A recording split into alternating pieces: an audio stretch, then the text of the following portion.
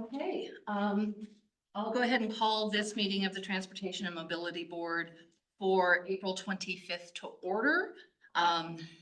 It appears we are all here except member Honaker. So with some of the changes that council has made regarding advisory boards such as this one, a lot of the traditional things that you were doing, like an actual roll call, we won't be doing that.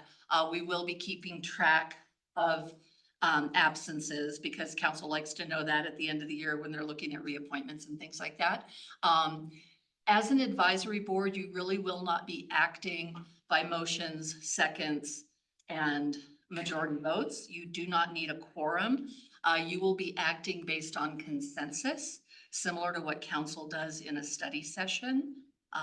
If an idea is presented and there are enough of them interested in moving it forward, that's how you will act as a board.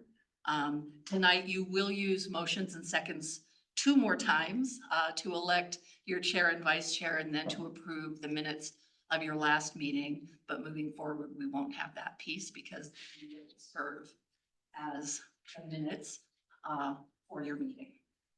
Okay, and they will be recorded. Our commitment right now is to try and have these posted to the website within 3 business days after the meeting. Right now, we're at about 24 hours. So we're doing really well. But, you know, I want to give us a little buffer, right? Because there's a little bit of a process. We actually post to our YouTube channel, get a link, and then it goes on our rules and agendas page. It just runs through open media network. So that's why we kind of have to be a little bit convoluted, but it works. Thanks, Jeff.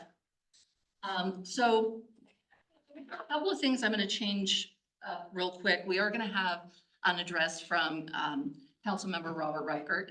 And then I was going to do some orientation and training and then have members introduce themselves. But I think before we get into training, we'll do introductions. Y'all know each other, but we do have a new member, so I think it's important. And then we'll do high-level overview training from what we've done in years past. Nominate a new chair and a vice chair, and then I'm going to say adios and turn it back to y'all. Okay, Robert? So thank you. I'm really I want to take a step back and first say, as the council is very grateful for the time and energy you guys put into this work. And we think that it is really important and valuable. And I think there's, in my mind, the most important part of this work is communication that goes kind of both ways, where you guys are becoming the neighborhood expert around what's going on around transportation in the city and what are kind of the issues that the city's trying to deal with. And you're sharing that expertise with your neighbors is actually really valuable, I think, to kind of the civic kind of nature of our community. But the other most important communication is communication back to the council around your ideas and your recommendations around what should be going on with transportation in the city.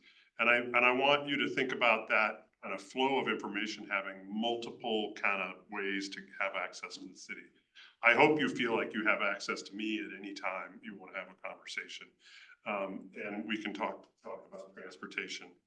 So you have lots of informal networks, but I'm hoping that we're going to create formal places for you to have information flow. I think you guys had a formal voice in the transportation master plan, and I think you guys have more of a formal voice there.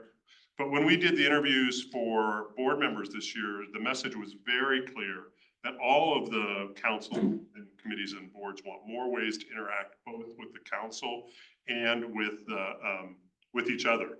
And so that is a priority for us. And if you see things that you want to try to get ahead of that's coming and coming up in front of the council, please let me know or let Shane know so we can kind of try to figure out ways to make that happen.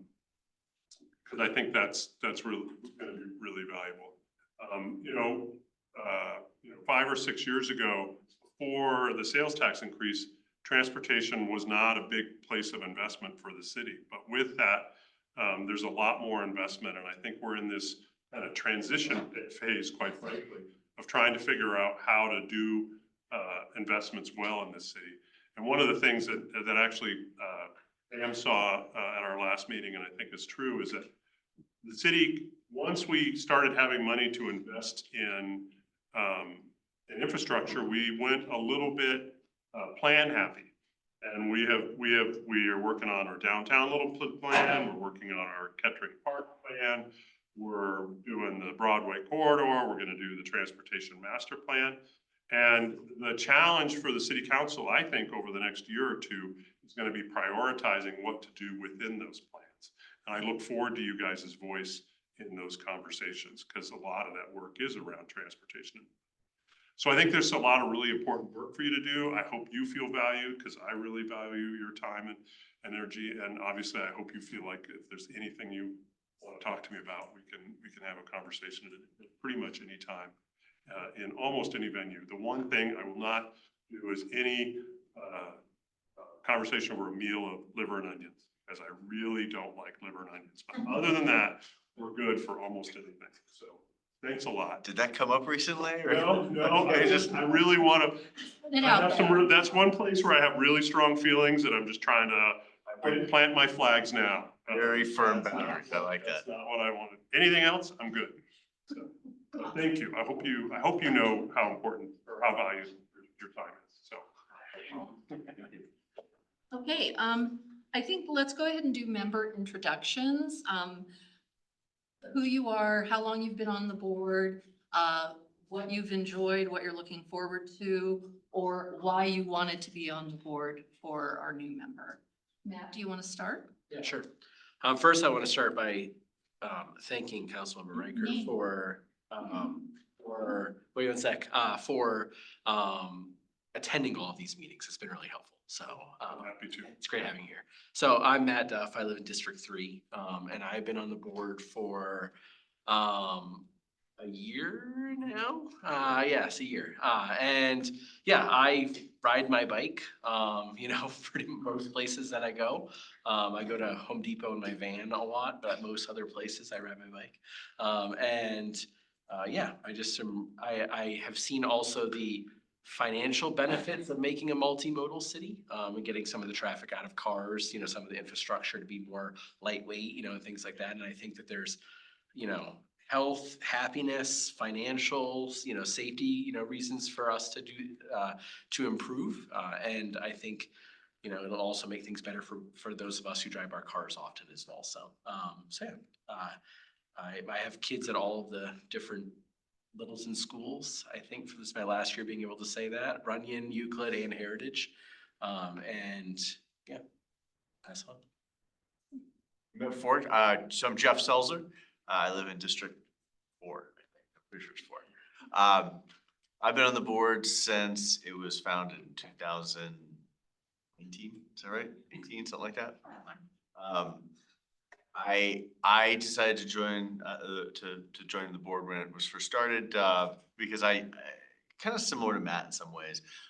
When my wife and I first moved to Littleton, like 2011, we really liked the neighborhood. We liked our neighbors. We liked a lot of that. But the thing we were kind of found ourselves griping about was my wife would say it perfect. She said, "Why do we have to go 45 miles an hour just to go get some eggs? Like that doesn't feel right. Like, I don't like that feeling." And so I like the idea of as we grow, trying to figure out ways that we can be a more diverse transportation style, more transit, more active. I think I don't think we're gonna get rid of cars anytime in the near future, but I'd like to see this city move in a way where it's more diverse. Okay, I'm Michael Gloden. Welcome, Derek. Nice to meet you or see you again. I'm just also finishing up my first year as a board member. I've lived in Littleton for about 10 years, and I guess I joined because I was looking for a way to get more involved, really, just kind of, I guess, give back, if you will. I work for an engineering firm. Transportation's not necessarily my specialty, but I thought I might have something to offer. I don't have any kids, so I've got a lot of free time. And it's been a great experience so far. So welcome. I'm Tom Grant, and I've been on the board like Jeff and Kelly from the very beginning.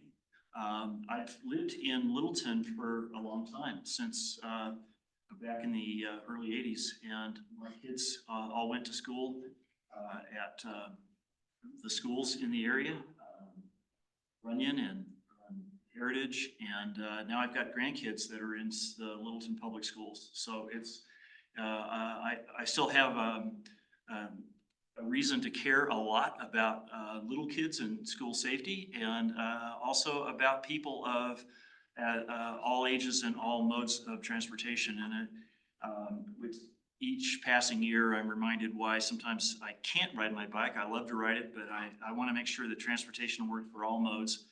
And I like to have see us work for predictable commute times and travel times, and keep safety 100% in mind.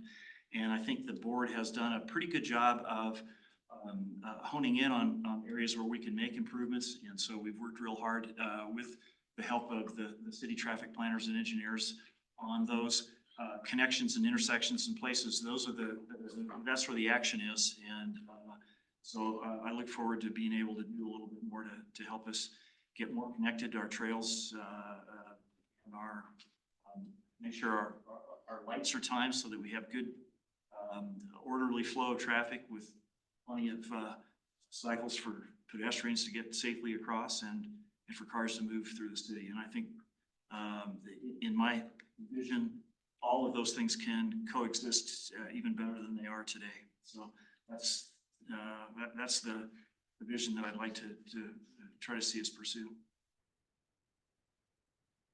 I'm Dave Evans, and this is my start of my second term, I guess. I haven't been on the board for 1 year. And like Michael, I think my wife and I were walking back from dinner one night. We just live over at Littleton Station, so yes, Robert, I'm in your district. Just. Have some more candy. And there was this poor woman in her electric wheelchair trying to navigate Littleton Boulevard and all of the debris and the so-called ramps and the curbs and everything else. And I was just grousing to my wife, and she said, "So do something." And I went, "Okay." And went on the website and look, Transportation Board has looking for volunteers, so to speak. And that's when I jumped in. Probably about 9 months later, I finished drinking from the fire hose and felt like I'd start to contribute. Staff is amazing. The stuff that they put up with our silly questions and ideas, and actually politely tell us how we're right or how we're wrong. And so that's been a delight.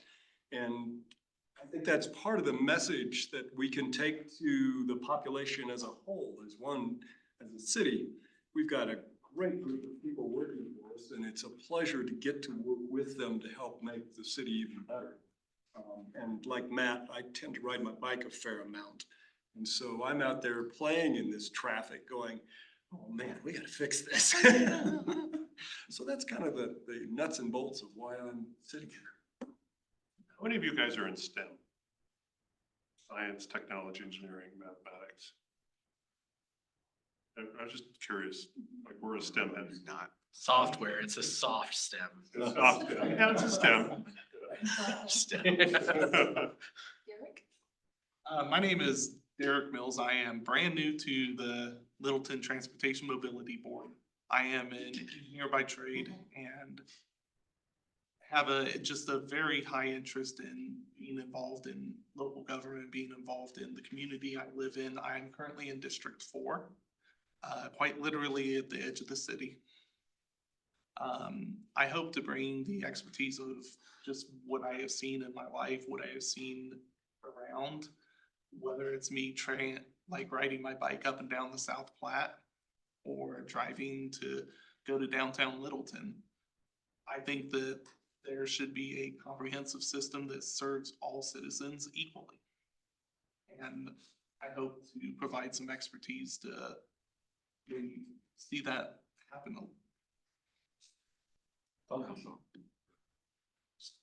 I'm the city council rep. I was elected in November. I live in District 1, which is, no, District 2. We're in District 1 now. I live in District 2 over by Kettering Park. Thanks, everybody. It takes a village, clearly. I know you were testing the clerk. Yeah. My kids all went to schools in Littleton. We went to Centennial, Euclid, Littleton, and Heritage at one school. And transportation, quite frankly, was not on my bingo card when we got to I didn't feel like, but when I was at, I got assigned to kind of the transportation committees, and I'm grateful that I was, because I think this is some of the more important work we're going to be doing in the city over the next couple of years. And I think I was on the school board, and obviously everyone here is aware of Ian Stewart's death, and thinking about how to make the city safer. And so I think that's a okay thing to be motivated. You want to say anything, Shane? Sure. I'm Shane Roberts. I'm a senior transportation planner with the city. So I'm one of the staff members. Kenna will introduce herself, but we're the regulars here. And from time to time, we'll bring in other staff members from engineering or other departments to talk about different subjects. So. Yeah, Kenna Davis, transportation planner with the city of Littleton. I've been here about 1.5 years now. So still learning every day, but happy to be here. Colleen Norton, City Clerk. I'm only here for the first part of the meeting. I provide support for all of our boards and commissions whenever they have a question about can we, should we, kind of thing. I get to say no a lot. They're not your rules, right? So.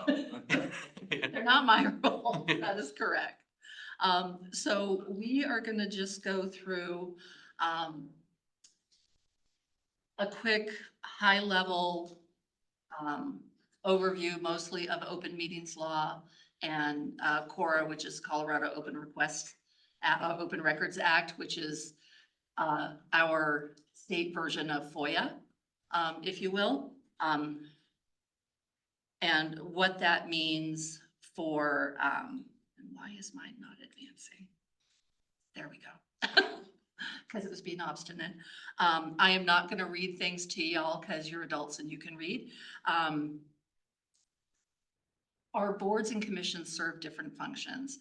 This, as an advisory board, is just that you work with staff to come up with potential solutions that have been assigned under your purview, which later will go to council, and any action to be taken will be taken by council. Our quasi-judicial boards, Planning Commission, Historical Preservation Commission, Licensing Commission, Appeals and Adjustment Commission, they act more legislatively like council. So they often serve as kind of a judge and make definitive decisions and take actions that are more defendable and those kinds of things. So you guys get the fun part, right? Because you get to think outside the box, and you aren't confined by certain criteria that you have to stick to and that you have to consider. So city council is our overarching legislative body.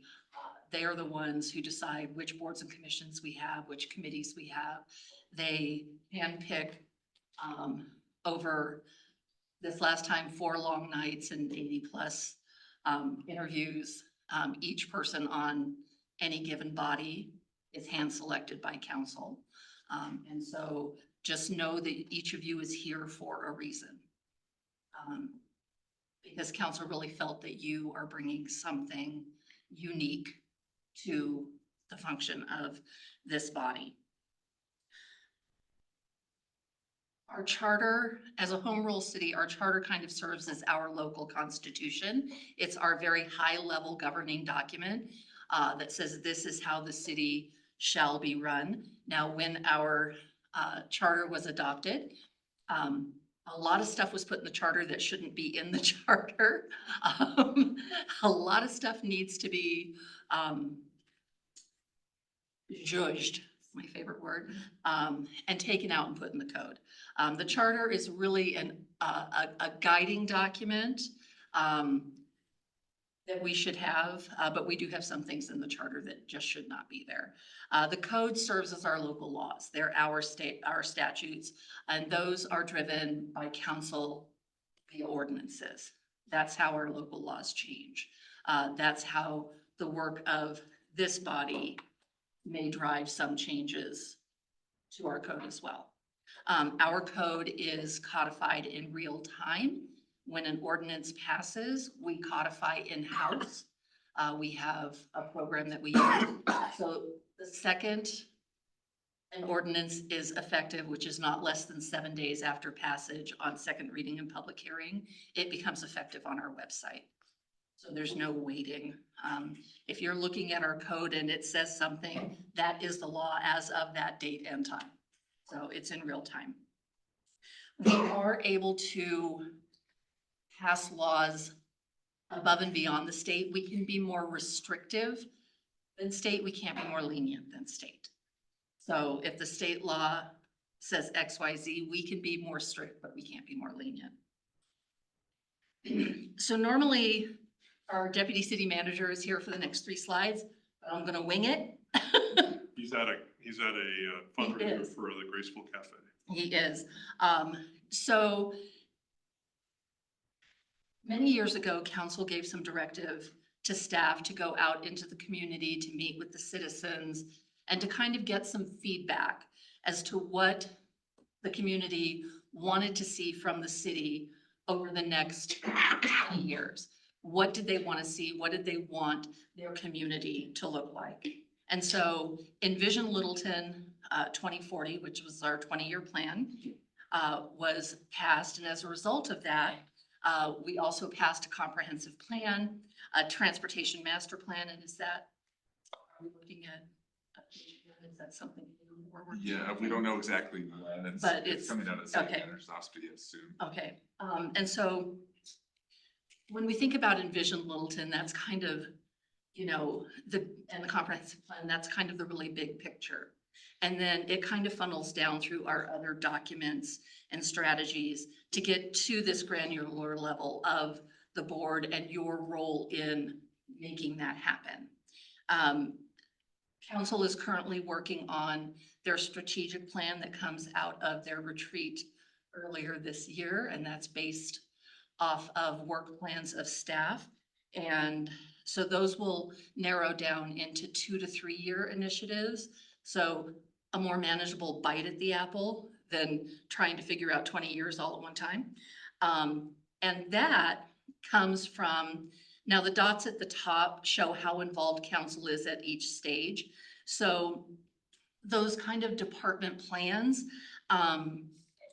those are by department, those are tied to our budget. Those are generally a 1 to 2 year focus towards one of council's outcomes. The 2 to 3 year initiatives are once we start moving those things forward to them. And then the end result is when council really gets involved and starts adopting things. And so, but it really does come from this level up. Anything you want to add, Robert? No. Put you on the spot. I usually have a lot to say, so I know. enjoy it. Okay. So just role of staff, your department staff, depending on the board you serve, they're gonna process applications. For this board, that's not gonna happen. But they are the ones who are really gonna drive your meeting topics, along with the chair and the vice chair. There will be some conversations there, and let you know what is possible, what is not possible, what we're doing. The city clerk's office assists with making sure our meetings are noticed properly, so that the public has enough time to be made aware, to participate. And as I said earlier, we provide any means of backup that the board needs. And then our city attorney's office is there to step in, if need be, for legal advice and support. So,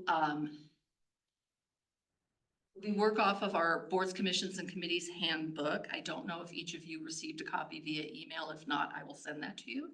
I don't know if Heather sent those out or not.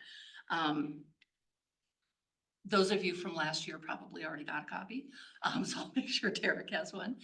We also There's no operate, change with the change in. there's some minor, but yes. So I'll send new copies to everyone. Robert's Rules of Order, when we're working in a more parliamentary fashion, although the city operates on a little bit looser, we call it Bob's Rules. Well, Robert's Rules is very formal.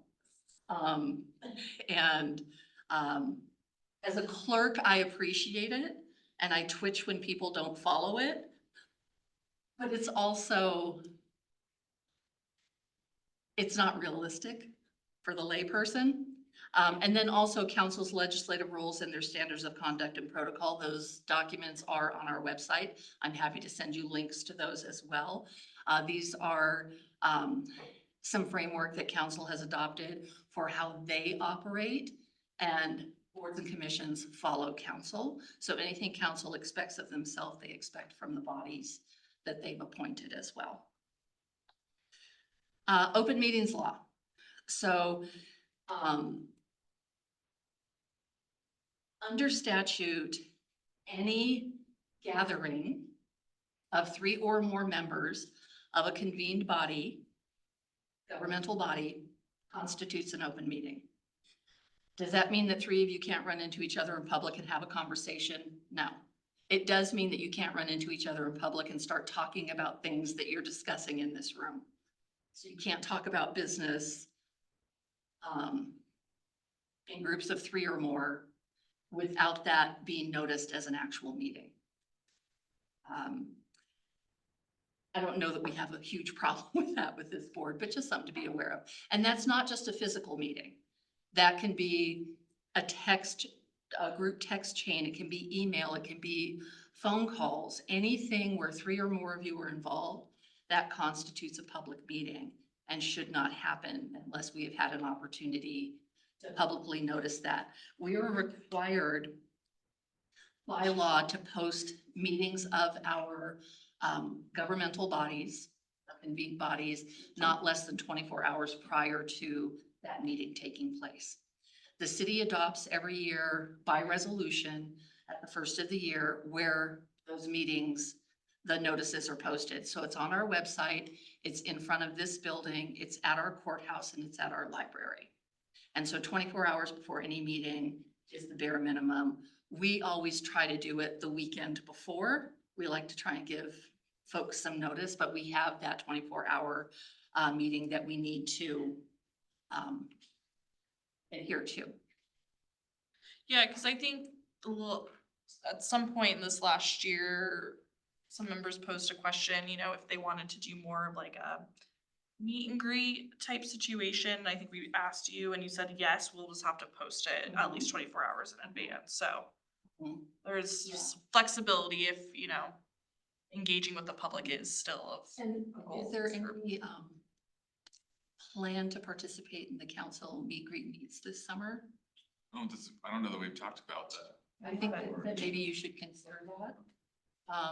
And then reach out to communications about tables, tents, things like that. Those get a really big draw, and that's something that we could certainly post very easily, that 3 or more members may be present. And it really is only when city business is being discussed. Now, we try to be overly cautious, and if I know that 3 or more city council members are attending a ribbon cutting or going to some kind of grand opening, I will post that on our website if it's a public event, just in case, you know. If it's a private ticketed event, then I really don't have to worry about it, but. The one thing that we do outside of this regular meeting, and this is really for you, Derek, is usually October, September timeline. We usually do a trip with the board and go around and visit different project sites. So that, and of course, that we post Yeah. several weeks in advance, Yeah. so, Yeah. Yeah, you take your little bus tour. yeah. So, and yeah, so this isn't social things and things like that. If you are emailing, do not hit reply all. And I'm a big fan of BCC. Just because then you can't reply all. You're only replying to the person who actually said it. So again, 24 hours, we have to post notice of the meeting and an agenda. And then the statute also says materials when practicable, right? So for council, we post on Thursday prior to their Tuesday meeting, and it's the entire packet. It's everything. Just because it's a lot of information to digest, and that is things that council is going to be taking action on. So it's important to get it out there. With an advisory board, if you have things you're gonna be talking about and you have a packet ready, great. If not, as long as we're getting that agenda out, we're golden. We need to be cautious not to discuss things that are not on the agenda. You know, some people have tried to get around that by adding kind of a catch-all, you know, other topics. Is that really giving fair and adequate notice to our public? Because those other topics could be anything. Does that mean that you can't bring something up at a meeting that isn't on the agenda? No, you can, but you can't have an in-depth discussion about it. It could maybe become a suggestion to add to a later agenda. So we just need to be careful that we're not discussing things that haven't been agendized. Open meeting violations, possible things that can happen. Now, with this board not taking any actual legislative action, chances are there will be no ramifications for this board, but that doesn't mean that we should discard adherence to the open meetings law. But for a quasi judicial board, if they have taken action and the meeting was not properly noticed and they took action on something that wasn't agendized, a court could come in, an aggrieved party could file a case against us, and a court could come in and award damages and reverse any action that was taken. And overall, what that does is that really does kind of erode the trust in local government. And so I just ask you to be very cautious. And my rule of thumb is if it doesn't feel right, it probably isn't. So if your spidey senses are telling you, I shouldn't be having this conversation right now, right here with these people, then don't. Open Records Act. All public records shall be open for inspection by any person. So the clerk's office handles all public open records requests. This can include your email. You are issued city emails for conduct of city business. So keep in mind that anything that you write in those emails is subject to CORA. And just be careful, like, you know, that could be requested by any citizen at any time. You know, maybe Matt upset somebody and they, I'm just picking on you. You know, someone could submit a records request and say, I want to see all of Matt Duff's emails related to Transportation and Mobility Board. Like 4, so. But, you know, then we've got to search, we've got to pull them all out. They go through legal review for redactions, things like that. But just don't put yourself out there. It's not, don't send emails. It's just, Don't say things on emails that you wouldn't want your mother to see. yes. Well, my mother knows the kind of mouth I have, so that'd be fun. And obviously, since I've only cursed once this year, my mother. So to avoid liability and to do your best work on this board, equate yourself with our charter and applicable code sections. Know the limits of your authority, trust in your staff advisors and your council liaison. Avoid conflicts of interest. Those are those ex parte communications outside of are you kicking? Sorry. Okay. Outside of a noticed convened meeting. Work through staff with any questions. And then, we do have an attorney's office. So if you don't feel you're getting somewhere with staff, then maybe make a recommendation that we include the attorneys. Any questions, comments, concerns? Colleen, was that statute updated this year? I knew that the legislators attempted to, Are you talking about not apply, the open records, law, that the legislators tried to, say they were, not subject to that. Was that successful, do you know? It was. Yeah, so that's just something for us to all be aware of, that, it's good for them, but, it's good for us, but not for them. So, good question. Anything else? Okay, with that, we will move on to nominations for and elections of board leadership. So the way we'll do this is we will entertain nominations for board chair. There is no shame in self-nomination.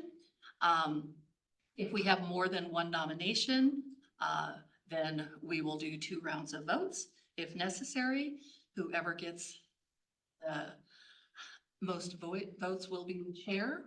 And if you're nominated and don't want to accept, that's an option as well. Any nominations for board chair? I would nominate Tom to keep the chair. Okay, any other nominations? Okay, do I have a motion to appoint Tom Grant as chair? So moved. Thank you. Do I have a second? Second. Thank you, Matt. All in favor? Okay, It's been great. congratulations, Tom. I'm happy to do it again, and, I didn't even give you a chance to turn it down because I knew you. That's true. Skipped right over that part. I like how you asked if there were any other nominations before you gave him an option. yeah. Seeing none. That's the kind of enthusiastic I interrupted you. I apologize. continue on, Colleen. Because I will nominate if we're ready for the vice chair. You're the chair, you tell me. I would like to nominate Jeff to continue if you're willing to work. I think we've worked well together, and I would welcome the chance to work for another term with you on that. I'd be happy to. I would like to open up the floor if there's anyone else who would like that position. I don't necessarily feel like a big fight needs to happen. I'm very open to someone else too. Anyone else No other interested? nominations?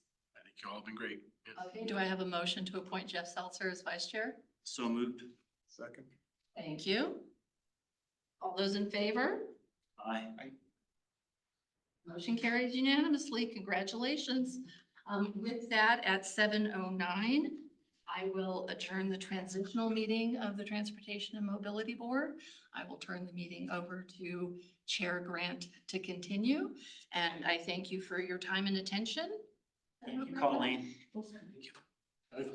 Yes, Does he get his name tag updated to say chair? So I'm Well, I'm just a member. it will, there's actually in the box, there is one that says chair. oh yeah. Someone has been promoted. And one that says. Yeah, Jeff, you asked that There's a because you vice- wanted vice chair. That's good. That's a real sly way of doing it. Yeah. Like that. I got you taken care of. Okay. Thanks. Will it Moving on up. touch? I get that out. Sealed in. Yeah. I think it got glued in. Yeah. There's a little bit of tape on the back, I think. Okay. Well, Thanks, guys. we'll worry about that later. Work on that. That's right. We'll send it out to Public Works and see if they can fix that. Sign shop. Move it to the head of the. Some strong. Okay, so that one's done, and now, Maybe I'll delegate to him. That's pretty good. Stepping into my power. You fix it. so these are our minutes. And since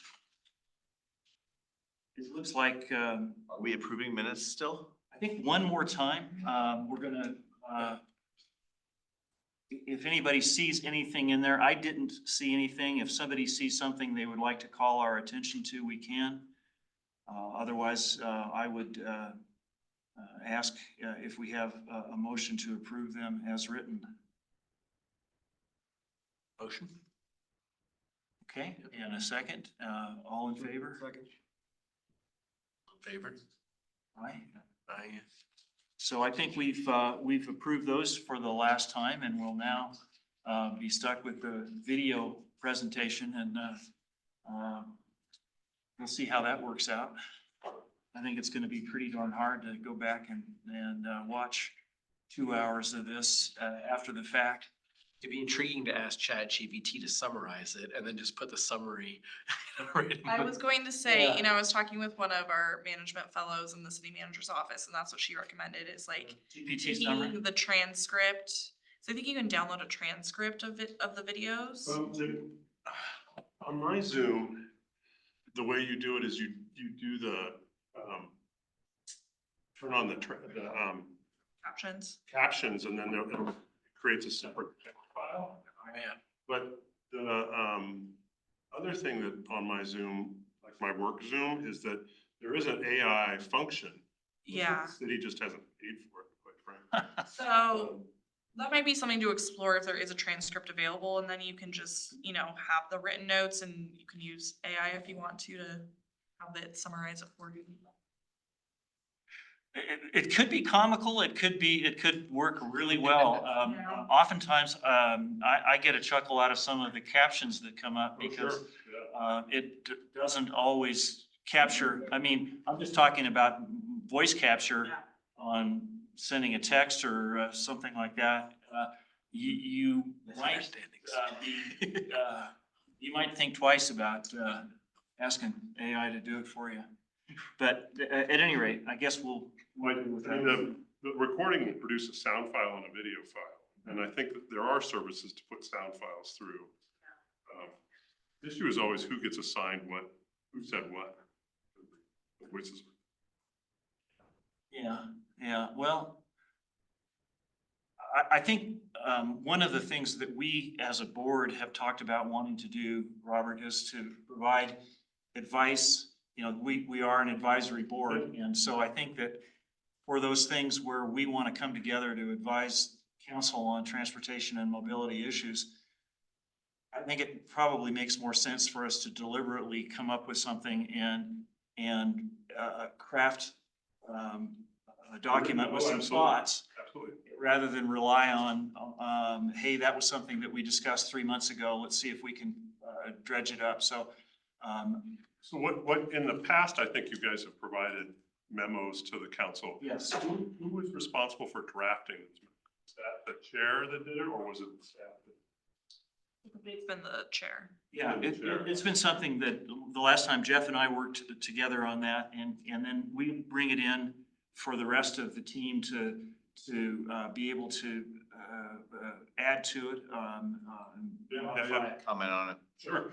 Worked well, I think, yeah. I think so. So it allowed us to capture some advice. And as you might expect on a board of 7 people, it's not necessarily just one voice. There are multiple angles and inputs and opinions and things. And so we try to allow for that so that you don't hear just a synthesized voice, because there isn't necessarily a consensus on every issue. Sure. So, I think as chair, you have leeway to kind of write and organize what you want to write to us at any time. Yeah. And then I would tell you also, you know, I'm on the Next Gen committee, or the liaison, and I asked them to give us input to the downtown Littleton plan through email. And one of the members of the committee wrote me a nice long email, and I read portions of that at the board meeting. And so, you know, for all of you, if you want me to carry that water, I will do that. That's great to know. 'Cause I don't think we really had that in the past here. That's That conduit to the council. Yeah, I mean, no, and I will summarize it. Sure. Because it was a long thing, but I read her words, I just didn't read all the words, so. Gotcha. Yeah, I understand that the change in the minutes is challenging, and I would encourage you to kind of keep notes around what you want to tell us at the end of whenever you want to tell us things. And obviously I will listen at any time, but sending a memo to the whole council, I think carries a lot of weight, much more than, so I encourage you to keep doing that. We'll continue to do it, and we try not to be too verbose. I mean, we have endeavored to keep it to 1 page, maybe 2 pages at the most. But beyond that, it's a treatise, and I don't know that you need any more of those with as much reading as you have to do. Yeah, we got a 30-page report from the Environmental Sustainability Committee at the last study session, and there were members that were very proud that it was only 30 pages, and I'm like, oh my goodness, that's a lot. So We'll try to give you the executive summary. great, thank you. That just annoyed all the environmental stewardship. My fingers cramp up if I try to type that much, I can't. They worked really hard on it, and it was a great document, but it was a lot. Okay, well, having approved the minutes and talked about plan to go forward, that brings us to public comments. Do we have members of the public that wanted to speak? Oh, yeah, I'll say something. Okay. My name is. Come on up and introduce yourself. We'll try to limit it to 3 minutes. Yeah, I'll make it pretty quick.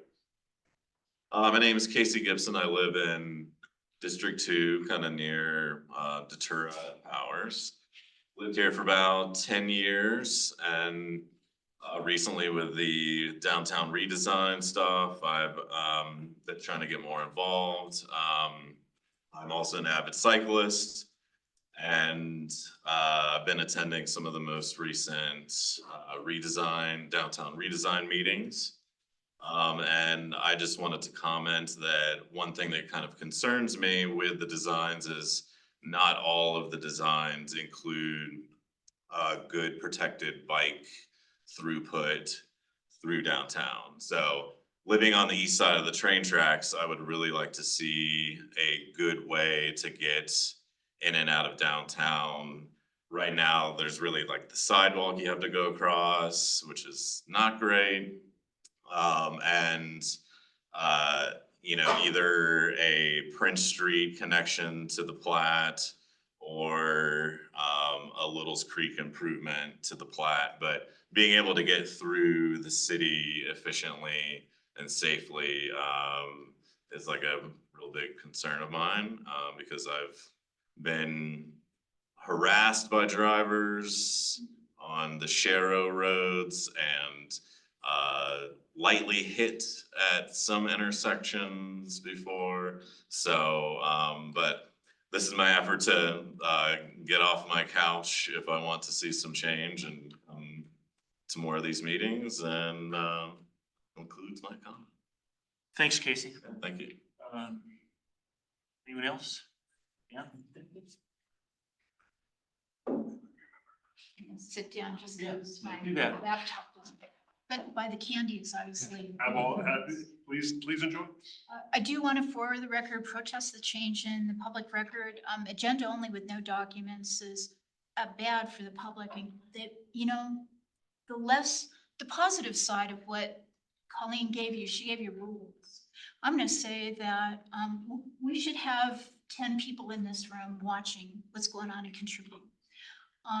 Every little bit that, well, we're not going to give you information, we're not going to give you minutes, but we expect you to show up and approve what we do. That's the attitude I think the city is sending. It gets worse with stuff like this, and so I want to protest it for the record. And I appreciate your comments about it. I actually, out of order, want to commend our other public speaker for showing up at all, and then totally agree. I think Project Downtown is a non-starter. There are 3 scenarios and they concentrate on 2 streets. And you know what? Someone here already said it too. I think our new member mentioned a system approach. And you folks have mentioned this before too. We need a system, a functional system understanding of transport in the city. Now, and maybe in 5-year checkpoints based on certain growth scenarios. And then within that, for each quarter, and then the downtown plan could fit within that. But without that context, I have no idea how transit is going to work. I don't believe it, honestly. Those 3 factors, very nice, but I don't believe any of it because I can't see the way it extends through the city. So agreed. I don't agree, next item, that TMB should work on Vision Zero. First off, I think we need some comparisons to other cities of similarities, differences, and travel incidents. How well or poorly is Littleton doing now in comparison to peers? I don't know that. If I recall correctly, this board discussed this a few years ago, maybe Tom, someone cited the graph of diminishing returns. You know, when you design a bike, there's a point of diminishing returns where you get not much weight loss, but you're spending a ton of money and time. And I think Vision Zero is like that. I don't think Littleton is big enough to do that. Let's let Boulder and Denver and the other Pathfinders do that in Amsterdam.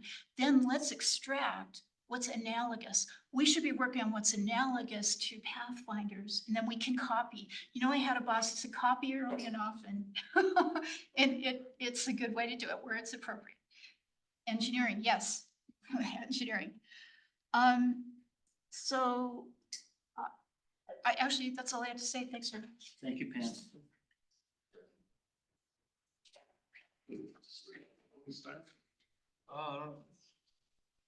Okay, something beeped. Can I just ask one quick question? Please jump in. Not to put you guys on the spot, but I'm putting you on the spot.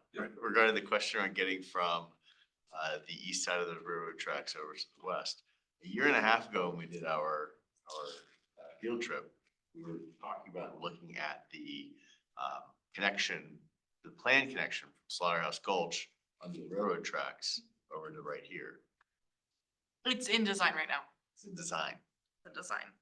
Yeah, so they, that's a two-phase project and that's in our capital CIP group, capital improvement program group. So they phased it where they put the actual new culvert for Slaughterhouse Gulch under, but it allowed space to then put in a pedestrian underpass. So those two box culverts that are under Slaughterhouse now can be used for the, Yes, yeah, I believe so. cool. Yeah, so So that'll they're connect up to Powers, which we're anticipating to be more of an east-west bicycle arterial, if you could call it that, Yes. or a bikeway. I don't know what. the- Yeah, and I realized there's not a project page on our website, so that's something I wanna try to work on, or at least get more information. Spare time? I think it's mentioned in Big Things Littleton, but yes, that is underway right now. The design phase. Yeah, I forget if we have construction funding identified. I think we do. That's something I can check on. Let me message some people. And is there any anticipated change to the underpass under Little's Creek? Because I mean, right now that connects to the Platte, but is it deemed inadequate? I mean, I know we've heard some concerns about lighting and maybe safety there, but is there some other inadequacy that anybody's aware of that we're working on? Not at the Little's Creek underpass of Santa Fe, not that I'm aware of. Yeah, there's nothing planned necessarily. I think, that's kind of part of Project Downtown, was looking at all these connections, but there's no specified project. We do hear about that a lot though. Yeah, Little's Creek, one of the improvement there was one of the three options. That was the village option. And when the council reviewed the options earlier in the week, the village was our preferred option. But like this is exactly what I mean when I say we're gonna have more plans than we have funds. And so helping us prioritize within the plans, because I heard the council not putting the whole Littleton downtown plan as the top priority.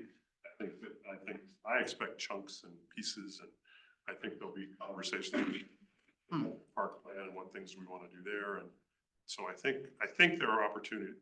I think there'll be opportunities for you to give us kind of what we would prioritize. Yeah, particularly with Project Downtown, phasing is a huge discussion coming in the next phase as well, because there's it will be phased. I think the manager says we've got 10 million set aside for downtown, so that there's Phase one. right. So there's money to do something, right? Yeah. It's not complete pie in the sky. Yeah. And if you heard me, I don't like gateways.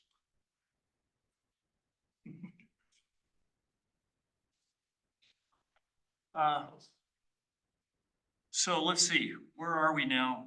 Shane, are we ready for Vision Zero? Yeah, so that's the first thing we have on our agenda was to talk about the Vision Zero cities, and earlier in the month sent out some assignments for each of the board members to look at some cities. A couple of times we've heard the feedback that board members want to get involved and do some things, so you up on that offer. So Cool. so we don't have any slides prepared.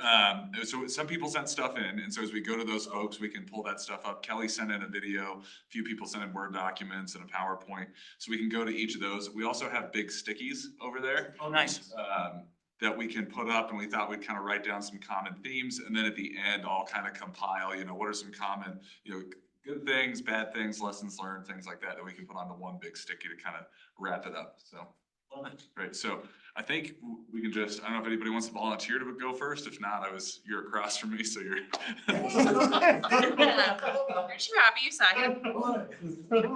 I'm happy to go first. I didn't send you anything, but I have a document. Yeah, no, that's fine. Yeah, and if you want to, I don't know if you want to share or. And I can just speak it out loud and then also send it after as well. I mean, I kind of had an opportunity to cheat. I don't know, Shane, if you want to pull it up on yours, but the city of Albuquerque was the one that I was assigned. And they have been doing years in review against their Vision Zero plan. So they answered all the questions almost exactly, you know, right in that document.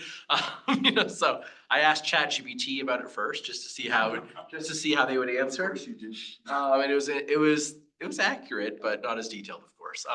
So just to kick it off, they started their plan in May 2019 is when they adopted theirs Vision Zero.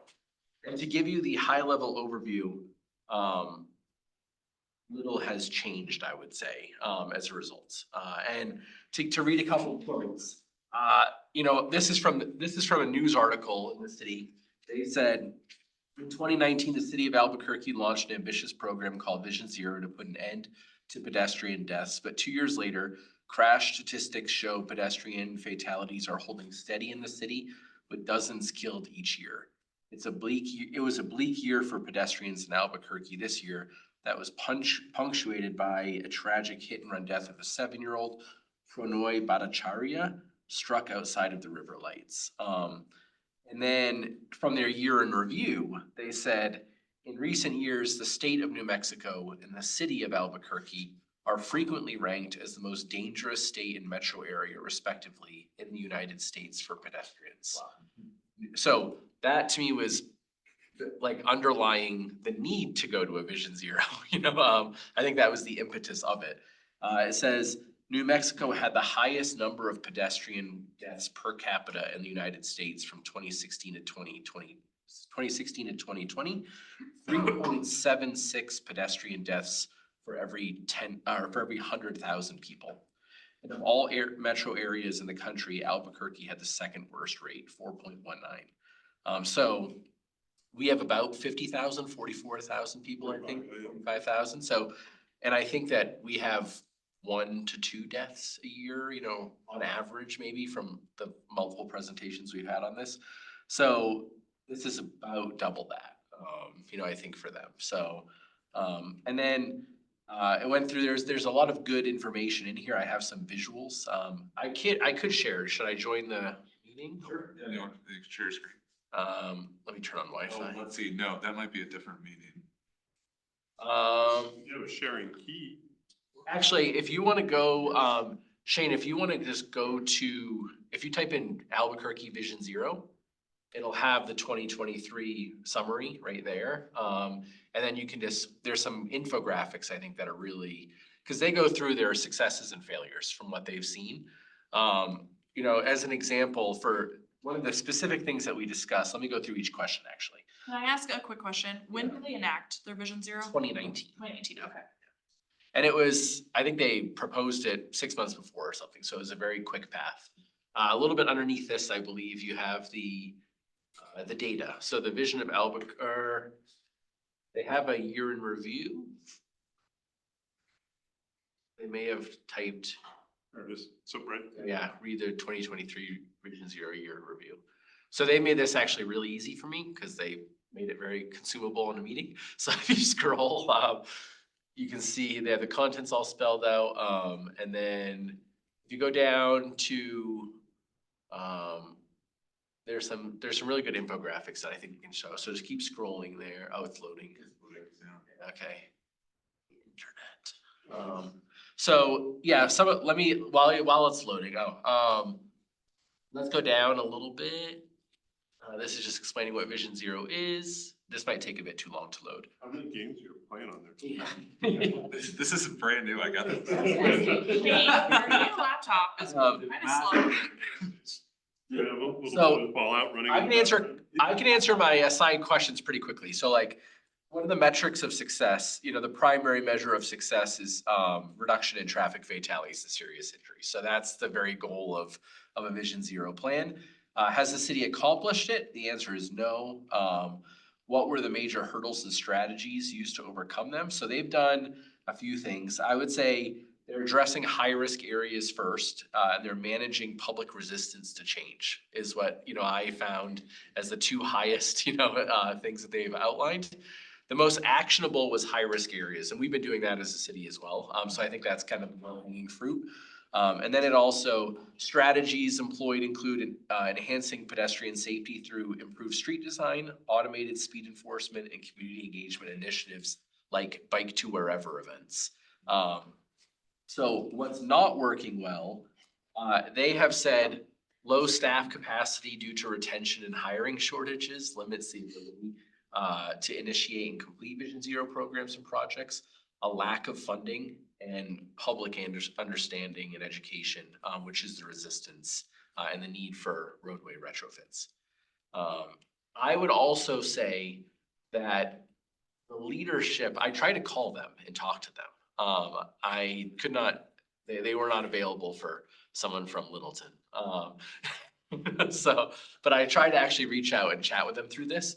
I did read some of their quotes when accidents occurred in the news articles. And I was really disappointed, from the city leadership's responses to what was happening. I assume that every government agency and every corporation ever since the beginning of time has, whenever a tragedy has happened, has immediately looked at their own performance and said, we think we did really well and this isn't up to us in any way, for liability and other purposes, I assume.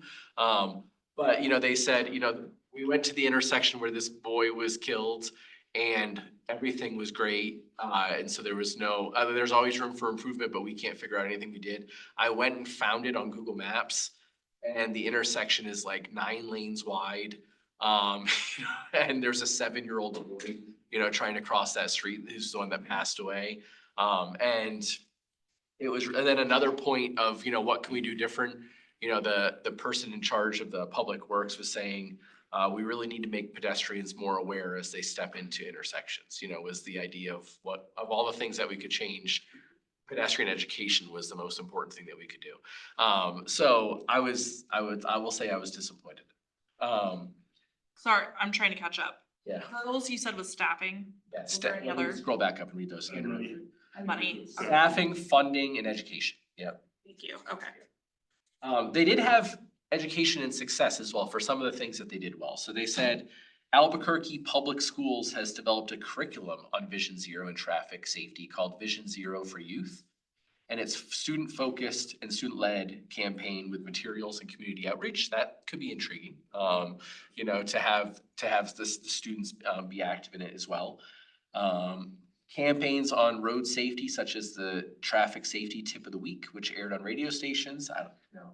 They listed that. And then for challenges for education and encouragement, they said education about traffic safety need to go beyond tips of the safe use of the roads. Community education is needed to promote an understanding of Vision Zero and the need for roadway design changes to eliminate traffic deaths and serious injuries. So they kept hitting upon, we are really having a hard time getting the populace to buy into this. That change is a part of getting to Vision Zero. It was a consistent theme there as well. If it's loaded at the very bottom of this doc, I think there's a lot of red, blue, and yellow in the image as you scroll. it's closer to the end. They have a really great, oh yeah, scroll up a bit. Keep going. It's like, it looks like this, if you can see it on my screen, that color palette. They have a really fantastic, I think it may be at the very bottom. What page is it on? Look at- I don't have it on mine, yeah. I don't have it up anymore. Let me, actually, I might still have it up on my browser. I do not. That's weird, but Why they. don't you even if we can't display it, can you just Yeah, summarize so- what was important about it? Yeah, they have a infographic that has, 3 or 4 different colors, but it's really succinct and consumable. And it says, this is what we've actually done. These are the things the progress that we're making.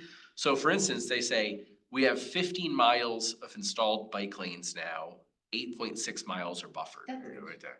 Oh yeah, right here, yeah. So I think this is actually like, if we had something like this, I could see that being really valuable of saying, this is what we've actually done. You know what I mean? And this is kind of the report card that we, like, if as staff and everyone else and council decides, okay, these are the top priorities, then we could have something like this that is, these are the next 2 or 3 years, this is whatever timeline, and we're moving towards this. But yeah, I would say overall, I didn't find anything that the city said they would do differently. They didn't find anything that could have been improved from all of my readings, articles, everything. Wow, they're good. Yeah, but I think they're having a hard time meeting resistance. And then they did say in one part that they need to move past, like thinking that they can keep current infrastructure and see changes. They need to rethink things, is one of the things that they said. And I think that's like intersection design, because a lot of times they're exactly following the intersection design, which was written 30 years ago. And it's not really kind of the, what the current, science believes is gonna keep people safe. And so implying that, that they can rethink some things moving forward. Yeah. Cool. And I guess some questions. Yeah, go ahead. We'll see how we're on time, but the automated enforcement, I was curious, you mentioned that, and they said that was successful. Yes, so they did say, I have it in here written somewhere in my page, but they did say that they have absolutely with data, they said every city says we want to be data driven, and they said we have absolutely seen a reduction in speeds in the place with automated speed enforcement. I just saw a guy comment the other day that he's gotten 4 tickets by his kid's school from automated things, and he says it's been very expensive, but people go the speed limit now. So anecdotal from another thing. Sure. Yeah, they did say that, and that was probably another thing where people were probably not happy from not automated speed enforcement. Yeah, I went to a conference, so I don't know if you guys remember the Safe Systems Wheel. And there's like 5 different categories. And so, we really deal with like the safe speeds, the safe streets, right? And a little bit of post-crash care as 3 of those. But I went to a conference called Lifesavers that was in Denver. And they deal with the other side of it, which is like the safe vehicles, right? Things like that. And there was a whole presentation. There's lots of cool presentations. There was a guy who gave a kind of presentation on automated enforcement and how a lot of times it's perceived as like, people are gonna hate it and it's viewed as this like cash grab from the city, and he's like, but if you do it right, it's actually very effective. And a lot of times it's so effective that cities like have to, instead of using ticket revenue to pay for the program, have to start funding it themselves because people like actually slow down. And he's like, don't play a gotcha game. Tell people beforehand, automated enforcement, reiterate it, and then when they're in the automated enforcement zone and get a ticket, then they're not upset, right? You gave them 2 warnings. I think I mentioned this sometime in the last year, but when I went to Australia, got a rental car, they said, don't speed, you will 100% get a ticket. It's all based on math from cameras on the overpasses, just don't do it. And so I think that's kind of the same mentality. Like, it's not, the cop feel like it, you're gonna get a ticket sent to you. Yeah. There's at least one council member who's very interested in automated.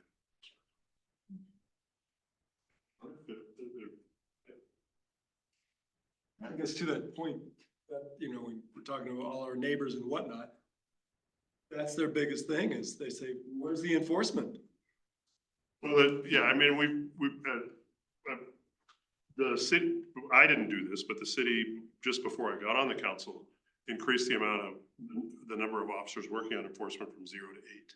Right. But not supposed to be the timeline for them being on the force isn't until the end of the year. It's given training and.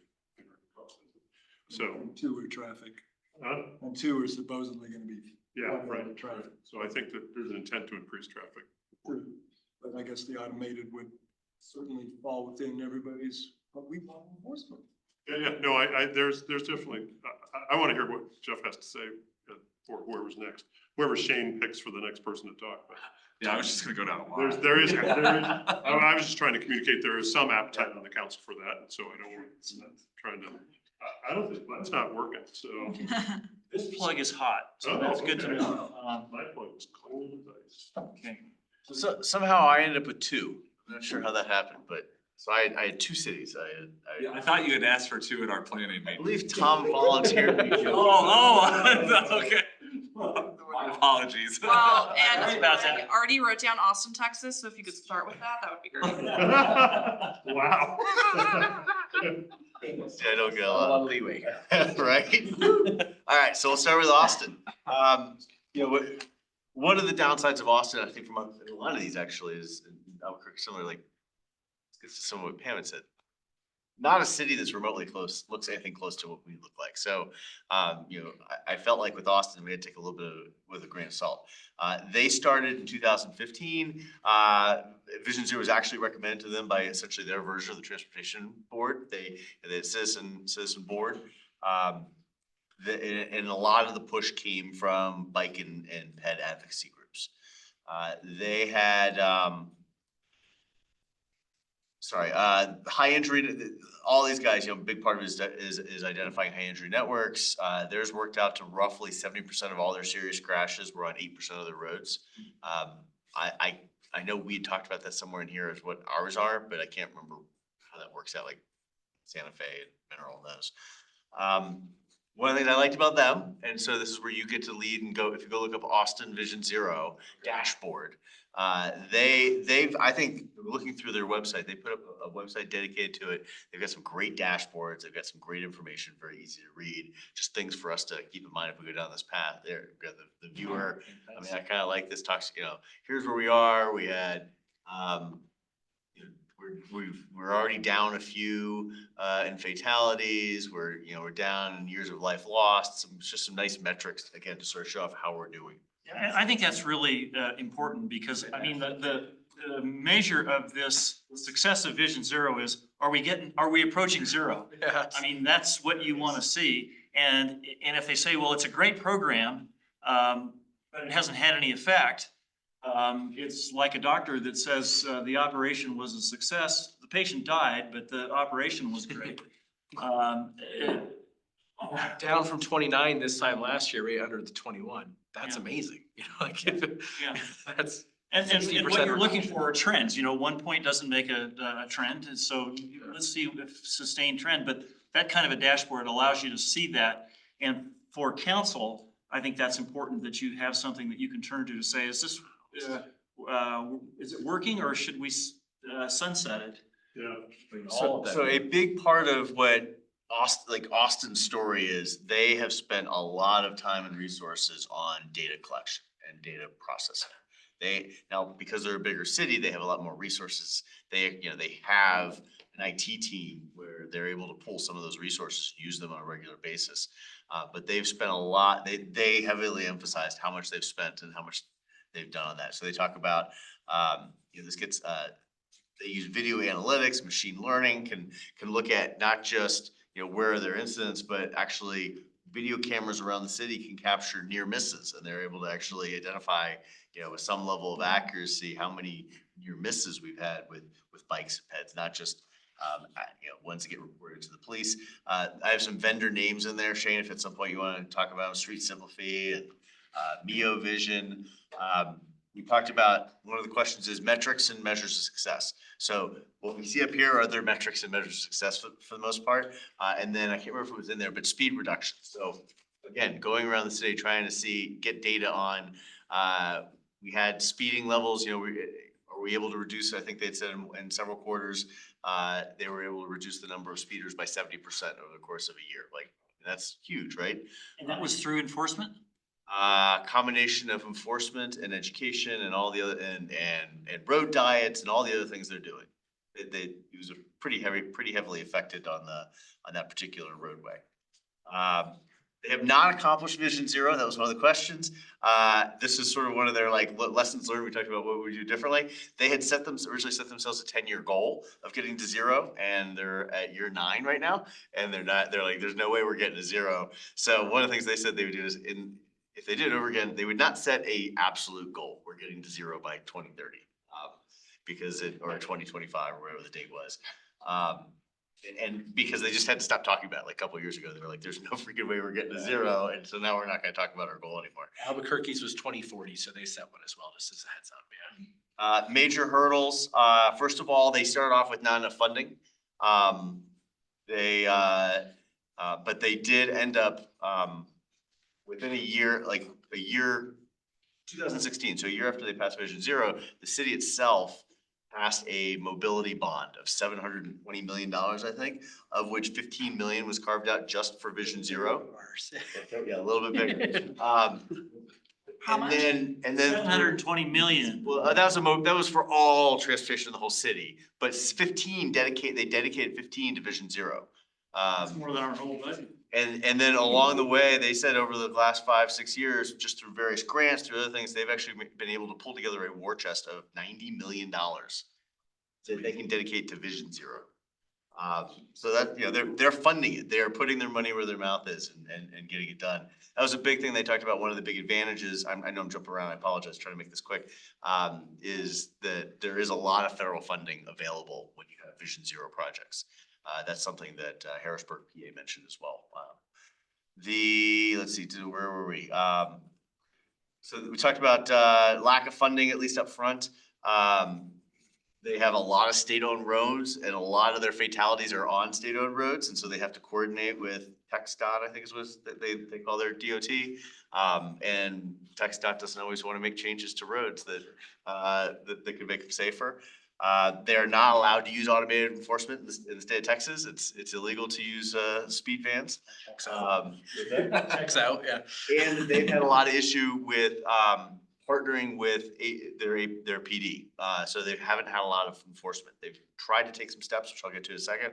But APD has lots of other priorities and is not really bought into this as a department. So message and communication strategies, they do a lot of mailings, yard signs. Because they've got a decent sized team now, they have 5 people working on Vision Zero within the department. They get earned media. They'll do pop-ups around town. For big things or very important things, they'll occasionally do some radio ads or some bus ads. They do have they try to do stuff through social media. And they're trying to help the public understand the systemic roots of crashes. So address the safety results. And then they try to do everything they can to support everything with data. That was that like 70% reduction in speeding in this particular quarter over a year. Were there any unintended consequences? The one they said was because they've collected so much data and they've spent so much time putting this data together, a lot of the bike and ped advocacy groups that are able to actually get have data support pushing projects that are not necessarily Vision Zero projects, but like, hey, we should get another bike lane here because look at all the great data that the Vision Zero group put together, and we could, put more bikes here and reduce traffic and do this and do that. So the data has had knock-on effects there. Good unintended consequence. Positive. They didn't have any negative that they could point to on the unintended consequence side. So if they had to do it over again, they wouldn't commit to a date. They would have spent more time up front thinking about what are the right amount of resources, because they feel like they did lose like a year or two because they just didn't have the amount of resources and funding to get things done. In their view, they said, because I said, city of 50,000, they said, licking my thumb, you probably need like 1 full-time person running Vision Zero if you want this thing to be successful, like on staff. And then obviously other people will be engaged, but like somebody who's like, this is their job. What are the deliverables? Do you have any idea? 5 people, that's a lot of commitment. What would their deliverables be? What is their actual, what do they do? What do they- Tom's asking. So you do around here, right? Yeah. Well, I mean, they're doing a lot of messaging, a lot of. Aside from saying, I don't wanna have you measure me against zero because. Yeah, it turns out that was, Too hard. that's a little, it turns out it's harder than you thought. They're doing a lot of communication, a lot of the day, they're doing a lot of the coordinating, cause again, bigger city, lots of people in the various departments they have to partner. So they're trying to get a strategy for this year and then pull in all the partners. Like, how do we make that work? How do we get the PD to maybe play along on this? How do we get, they're doing stuff with the public health department, trying to get campaigns out on, I'm trying to remember exactly what they said on that, because I thought I wrote it down. Okay. I was approached by the new, there's a new county public health department because Tri-County went away. Yeah. And so Arapahoe County just started their new public health department, and I was approached literally half an hour before I came here by one of the new public health people who said, yeah, we're trying to expand our work on pedestrian safety. Yes. But they're kind of starting from zero and trying to figure out how to make it all work. They did a campaign on that. They also work with public health on impaired drivers. And the public health threat of that as well. On the kind of one FTE for this work, the Environmental Stewardship Board recommended to the council before I was on council that one person be hired as the environmental coordinator. And now there is one person working as the environmental coordinator. What is their deliverable? I don't know. I just got on council. Sorry. No, that's, Working on it. no, that is actually a completely reasonable question. I just don't know. Yeah. One comment I have about Austin is I've gone there for work 5 or 6 times. And I try to only get around by multimodal transportation when I'm there, not from the airport to the city, but once I'm in the overall city. And there are some very, very high comfort lanes there, where like, actually we had a conference downtown and all like 10 of us from work all rode out to the restaurant that we were all having dinner with, in very high comfort bike lanes, people that were like, I never ride in my city, because we don't have anything like this. So it was incredibly fun. And from like a tourism and financial impact of it, I think it made a difference for the city. Like you go to Austin, you can go ride around and together. It was really nice. So. Which raises a point. We just raised a tourism tax. Yeah. Could any of that be That's intriguing. dedicated to bike lanes and promoting our city as a great bicycle destination? By the way, how'd you get your bike down there? Oh, I rented. They had rental bikes everywhere. Yeah. Scooters, rental bikes, all over the place. I got a lot to learn from you guys. Yeah. It was amazing. You just go up and scan a QR code and you're off and riding. Yeah. One thing they did say I thought was interesting, sorry, this is the last thing I say in Austin unless there's more questions. Their whole issues with APD and getting them engaged, because they have this big war chest, they actually funded an overtime program for APD where they basically go to police officers and say, hey, if you're willing to work 2 hours and just, do traffic and do speed enforcement on this corridor, we'll pay your overtime budget. Smart. That was an interesting way to do it, right? Any other questions on Austin? Did I hit all the important things? Trying to be quick because we got, Yeah, no, that's everybody else has to go here too, and I still have one more to go. I apologize for my handwriting, FYI. Hey, thank you for volunteering. It's the bossiness I think you should apologize for. I will not apologize. I'm not reporting that. Room is, don't worry. Harrisburg, PA, other side of the spectrum. How Matt said he couldn't get in touch with anybody. I couldn't get in touch with anybody at Harrisburg. I called him for like a week and a half. I finally went they have very little presence on their website for Vision Zero. Matter of fact, their website is horrible. It takes forever just to download anything. Yeah, see like this is the issue I had. So on their Vision Zero document dated like 2018 or something like that, the city engineer, I finally went and pulled up the city engineer who had left a couple of years ago and called him at his private sector consulting.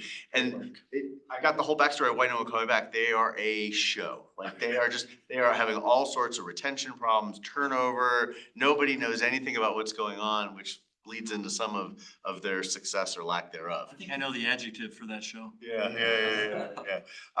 So basically they adopted 2018. They had a new mayor come in 2016, I think it was. He had all sorts of visions of what to do with the city. Background on Harrisburg, PA. It's a city of 50,000 people. 60 years ago, it was 100,000 people. So it is like the polar opposite of where we are, right? It is Right. lots of empty areas. And so they were trying to figure, this mayor wanted to kind of figure out how we can get redevelopment going. One of the big things he'd heard from developers was there's all these one-way streets, like, trying to get people, basically the goal was for a while was to get everybody in and out of the city as quickly as possible. And everybody just left, never came back apparently. So they had on one quarter over the course of 17 months, 5 fatalities, which was sort of the, like, we gotta do something about this. Apparently one of the local like reporters is a big like pedestrian fatality traffic kind of person, said, New York is doing this Vision Zero thing. They looked at it and like, yeah, we could try that, why not? And my sense was, it was literally like, why not? Like they did not a lot of thought went into this. Where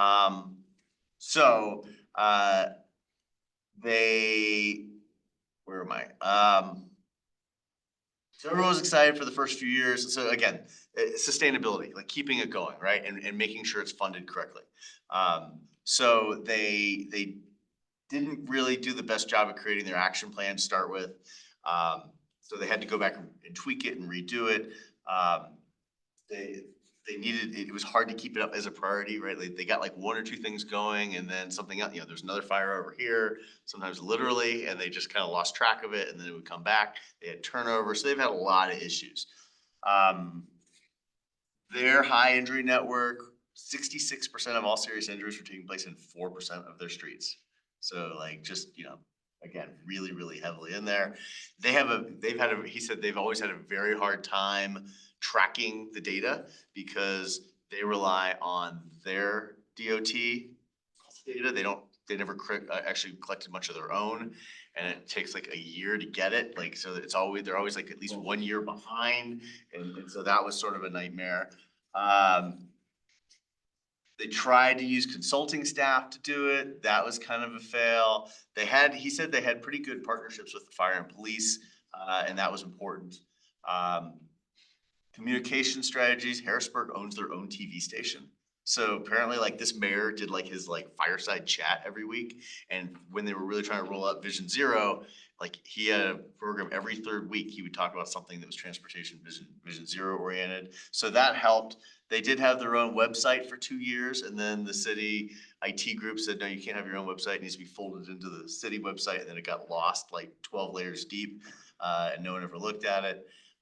They have their own minor league base. The city owns the minor league baseball stadium, so they actually were able to do some promotions that way as well and get something there.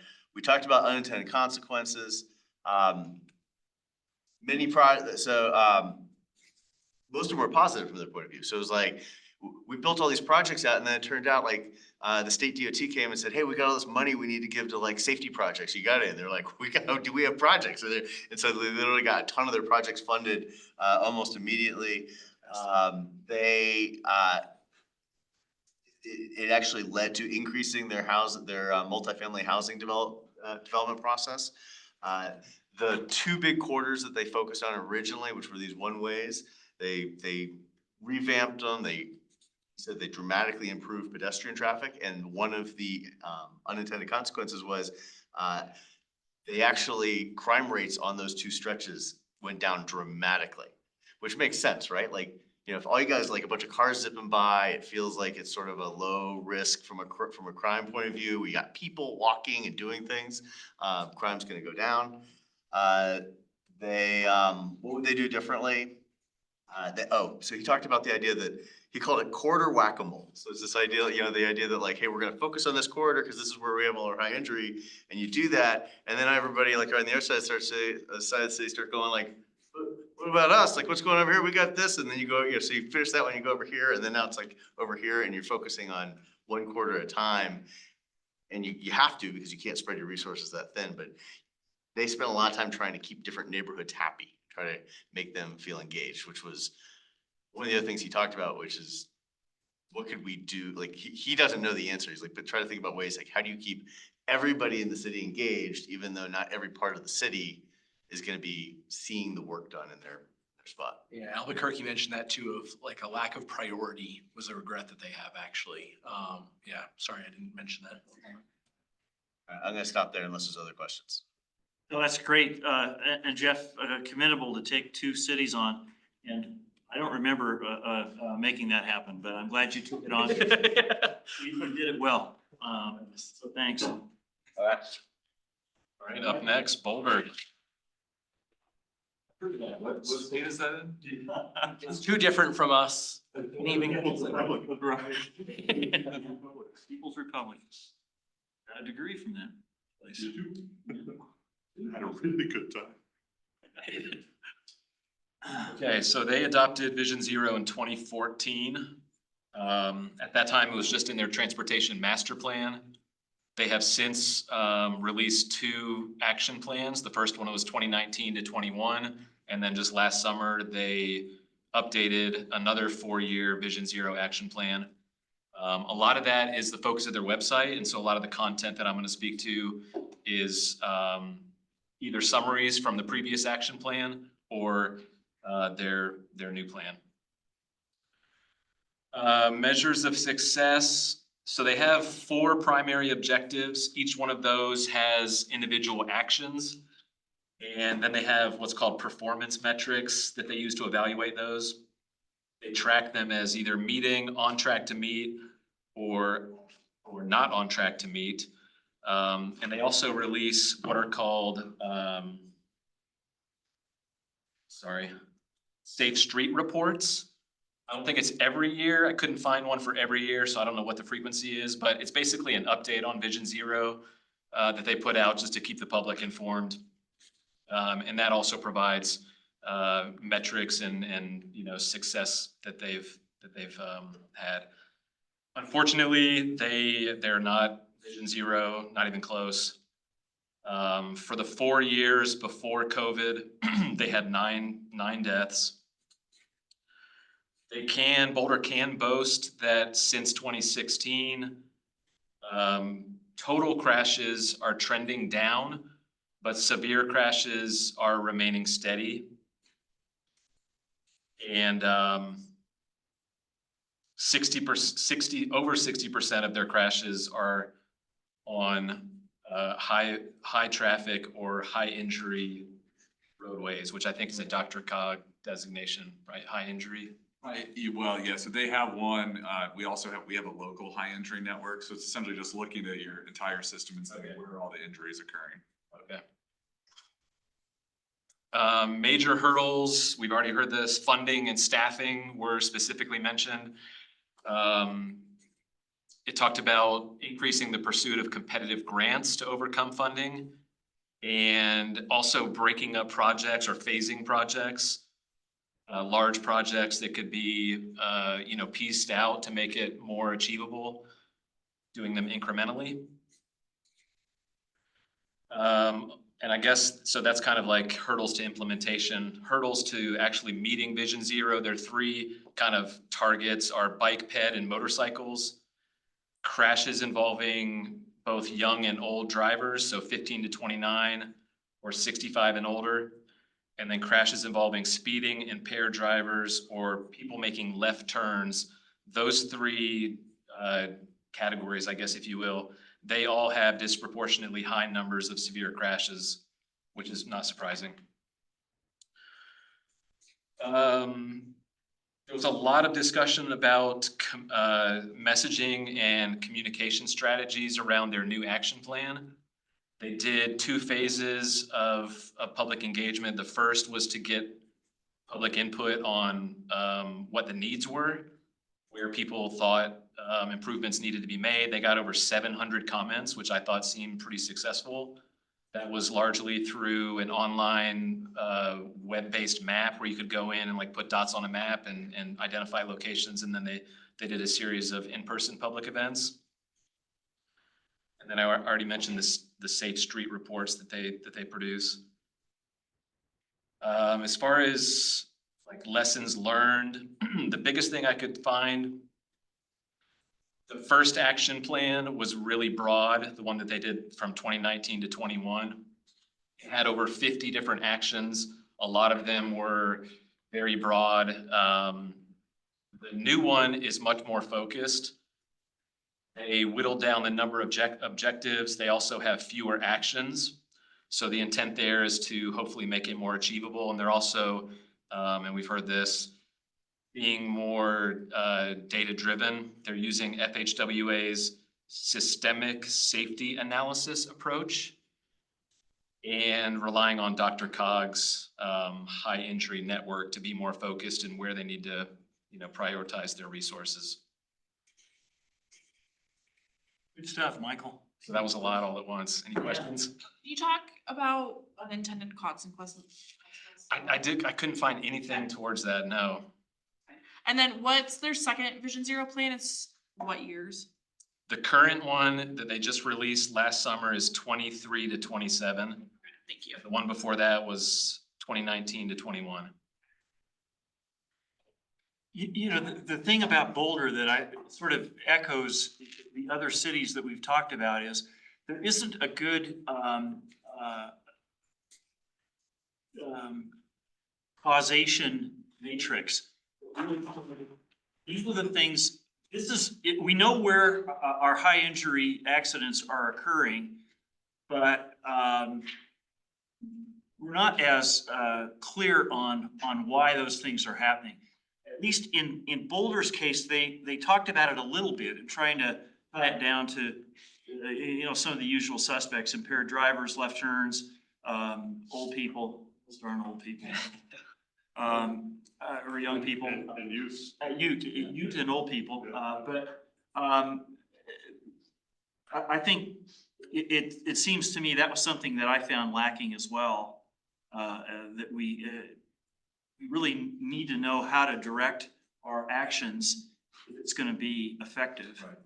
And a lot of the whack-a-mole is something I heard, or a non-systemic approach does lead to probably very scattered results. It does, yeah, and a lot of the actions in the most recent plan were very specific intersections or corridors, probably pulling from their transportation master plan, but the previous one was very broad. It could just be like, improve ADA ramps. It didn't have locations. It wasn't very specific. And I think that, like you said, it didn't allow them to really be successful because they weren't really focused where they should be, so. Both of mine, even though it kind of addresses your question, I think, both of them made some comment to the effect of the easy one and the obvious one is speed. Yeah. The slower you go, even if you do have an accident, the higher the likelihood it's not going to be a significant crash. It's not going to be a significant injury. Yeah. So they were very much focused on where's their excessive speeds, and where is their excessive speeds when we want to have pedestrians and bicyclists near them. Yeah, good stuff. So let me talk. I did Watsonville, California, and I didn't know that much about it. So it's 52,000 in population. I noticed sales tax at 9.75. I thought that was interesting because that's a lot of money. And you go through with me and tell me if you think they're getting their money's worth. Council manager type government, so very similar to Littleton. So I think there's some comparability here that makes sense. They did it in 2018, and all through their city website, I could not find any connection between what was happening, what Vision Zero did, and any reduction in collisions or crashes. They had a rash of collisions. I think every city must be dealing with this at some point. Nationwide, I know we're seeing an incidence, a rising number of fatalities again after years of declining ones. But Watsonville was very high in the California ratings, and they, from what I could gather on the California website, they do it proportionally for cities of a given size. So Watsonville wasn't being compared to Los Angeles and San Diego and Sacramento, but to other small cities like that, and they're in Santa Cruz, so they're over, west of, the Bay Area, or, right there, along the ocean. But they had about an average of 31 pedestrian collisions. They brought that down slightly, but the data were all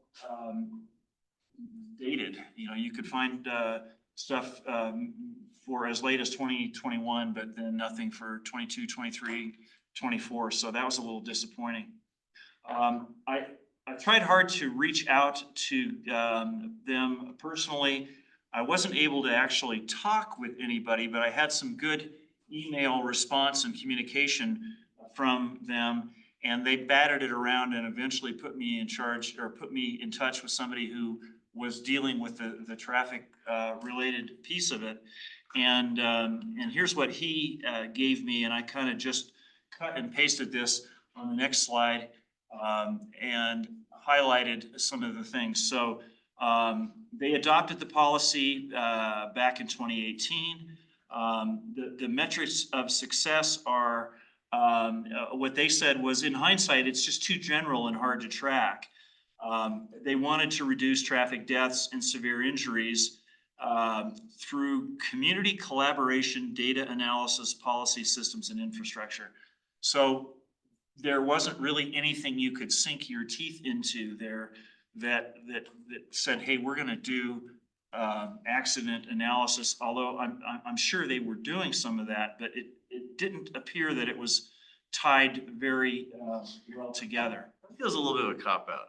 I mean, it clearly says reduce traffic-related deaths and severe injuries, that's a metric. That How seems like it something- is a metric, and they didn't do very well against it, so maybe that's why. That's a different story, we right. didn't do a good job at it, but it's not hard to measure that. No, and I think understand that is the metric that everybody cares about. It's, are we Getting better. killing people and injuring them severely on our roads? And if so, what can we do to stop that? Or in some cases, stop them from doing it to themselves and others. They haven't achieved Vision Zero. They've shown improvement, but not eliminated it. So, I mean, it's some reduction from around 30 to somewhere around 25, but not enough to make you feel like they were successful, and it seemed like there were more things to do. The major hurdles and strategies, funding and keeping the community and its leaders focused on the goal, and the messaging and communication strategies that they used. They worked with the local, those are nonprofits, not non-profits, but they, I cut and pasted theirs in. Accurate. You can't, I mean, come on, you can really fault it. It slipped out. Teach bicycle and pedestrian safety in elementary schools and conduct community events. And I mean, I think that's smart, and I think we're gonna probably be looking to work with the schools in Littleton to do more of that, so that every school kid gets a primer on that. I know I've had conversations with my grandkids about it, and you just want to make sure that, and I'm sure you do around your table at home too. If you're out there, here's some things you've got to do to assume you're invisible. Keep yourself alive. Yes. Yourself alive. Assume you're invisible. Assume that the cars are not going to see you, not going to stop, and some things like that. But I think we need to do that, and they've attempted to do that. And they talked about partnering with other agencies for a media campaign, and I think that's probably effective to a certain point too. In terms of unintended consequences, they said it was like taking on an unfunded mandate. So I don't know. I wasn't able to ferret out how much money they're actually spending on it, but it appears that their enthusiasm over the program has kind of waned, because I can't find anything very recent on it. And so I think it started in, like a lot of these appeared to, around 2018, and then just kind of petered out. Has to be tangible and not just virtue signaling. It really does. Yes. And I told them that that's the kind of thing we were looking for. We're really looking for things that are gonna work. Can you help us, point us to anything that is really gonna, not just be window dressing, but is actually gonna, reduce accidents significantly and how to do that. And the thing that, I guess the lesson learned, from them, was to be more specific in their mitigation measures and projects. And the catch there was they said that'll help us to get more money. So I know, you guys are keenly aware of that you want to be doing things that are gonna, leverage local funds to get more, grant money and things like that. Because, money helps make any of these things effective. So, that's kind of what I learned, and they're going forward in 2021. They, the last project things that they had, they're looking at more neighborhood traffic calming programs, more public safety and education, and more pedestrian safety zones on these high collision corridors. So those are the kind of the 3 points of emphasis. So anyway, that's Watsonville, California. Well, I'm jealous. Cause I reached out to my guy in San Antonio and he came back and he said, oh yes, let's chat. And 2 weeks later, I still haven't. Anyway, I kind of got the same, Littleton and why do I want to talk to him? So I tried to do the email route and it didn't work real well. So I started digging just to try and find whatever I could find out. And it was curious. They rolled out their Vision Zero in September of 2015. And it was, you know, they've been at it for a while, right? And it was all the usual circus in terms of, you know, how this is gonna be a great program and this, that, and the other. To their credit, they have 6 full-time staff members. Wow. On Vision Zero? On Vision Zero. Even better than Austin. San Antonio's a rather large city. It's the biggest of these. Exactly.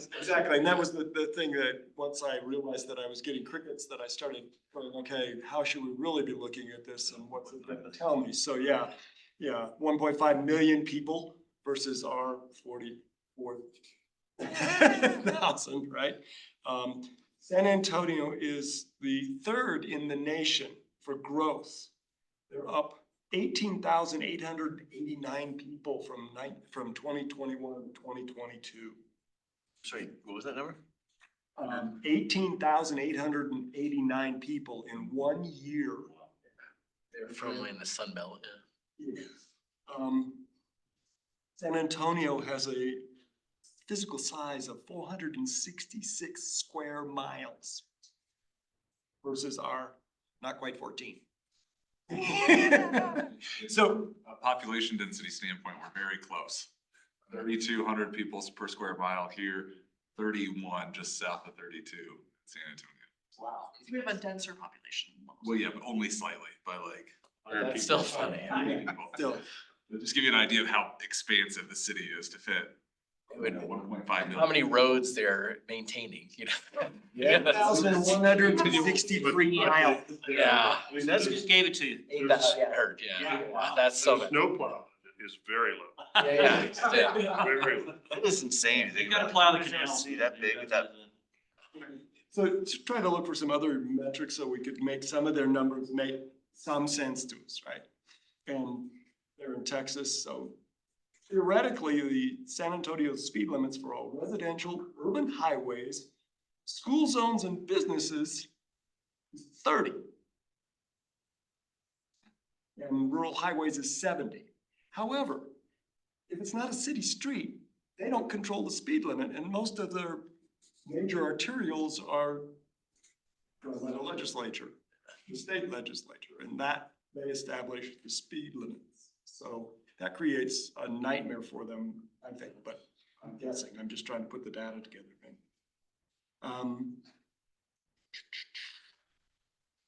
When they first rolled out the program, they had the 5 E's, as they call them: education, encouragement, engineering, enforcement, and evaluation. think they did a pretty good job on the education and encouragement. When you look at their website, they've got a lot of wonderful videos and lots of propaganda and the glossies and everything else. But I couldn't really find anything about the engineering, the enforcement, or the evaluation. They just weren't putting that data out there and making it easily accessible. And then they switched gears and went to the safe systems approach. I'm thinking that, and I didn't ever find the data when that happened, but the last time they put out an annual report was 2019 in terms of Vision Zero. And so from then on, I'm just trying to extrapolate from other data sources and news stations and things like that as to trying to gauge their success. Right? Initially, I think they did a really good job. They were going out, they were meeting with the schools, they were meeting with businesses, they were, doing all of that, trying to encourage the whole Vision Zero program.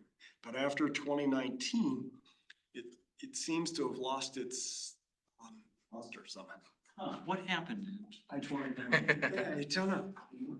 But on their website, and this gets back to your whack-a-mole thing, it appears they went to the areas where they were having their most fatalities or incidents and whatnot, and that's where they concentrated their efforts. And so there were two main drags that they kind of put a lot of effort into putting in bike lanes and pedestrian zones and stuff like that.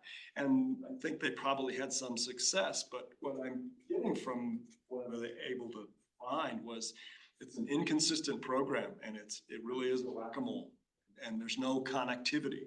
And some of it could be just the fact that it's physically such a massive area. I can't even imagine.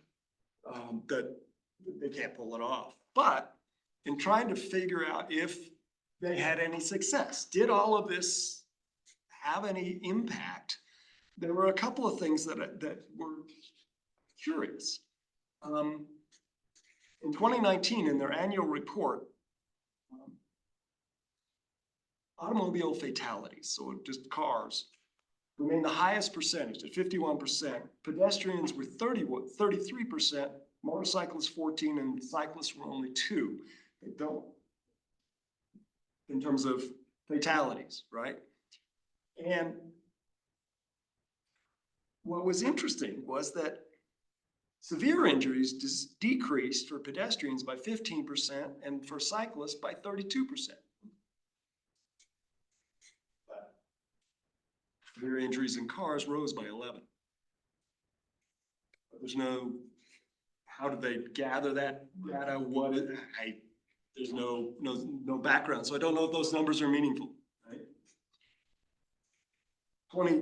Let's see. In 2022, they had 781 vehicle pedestrian accidents with 71 fatalities. Okay.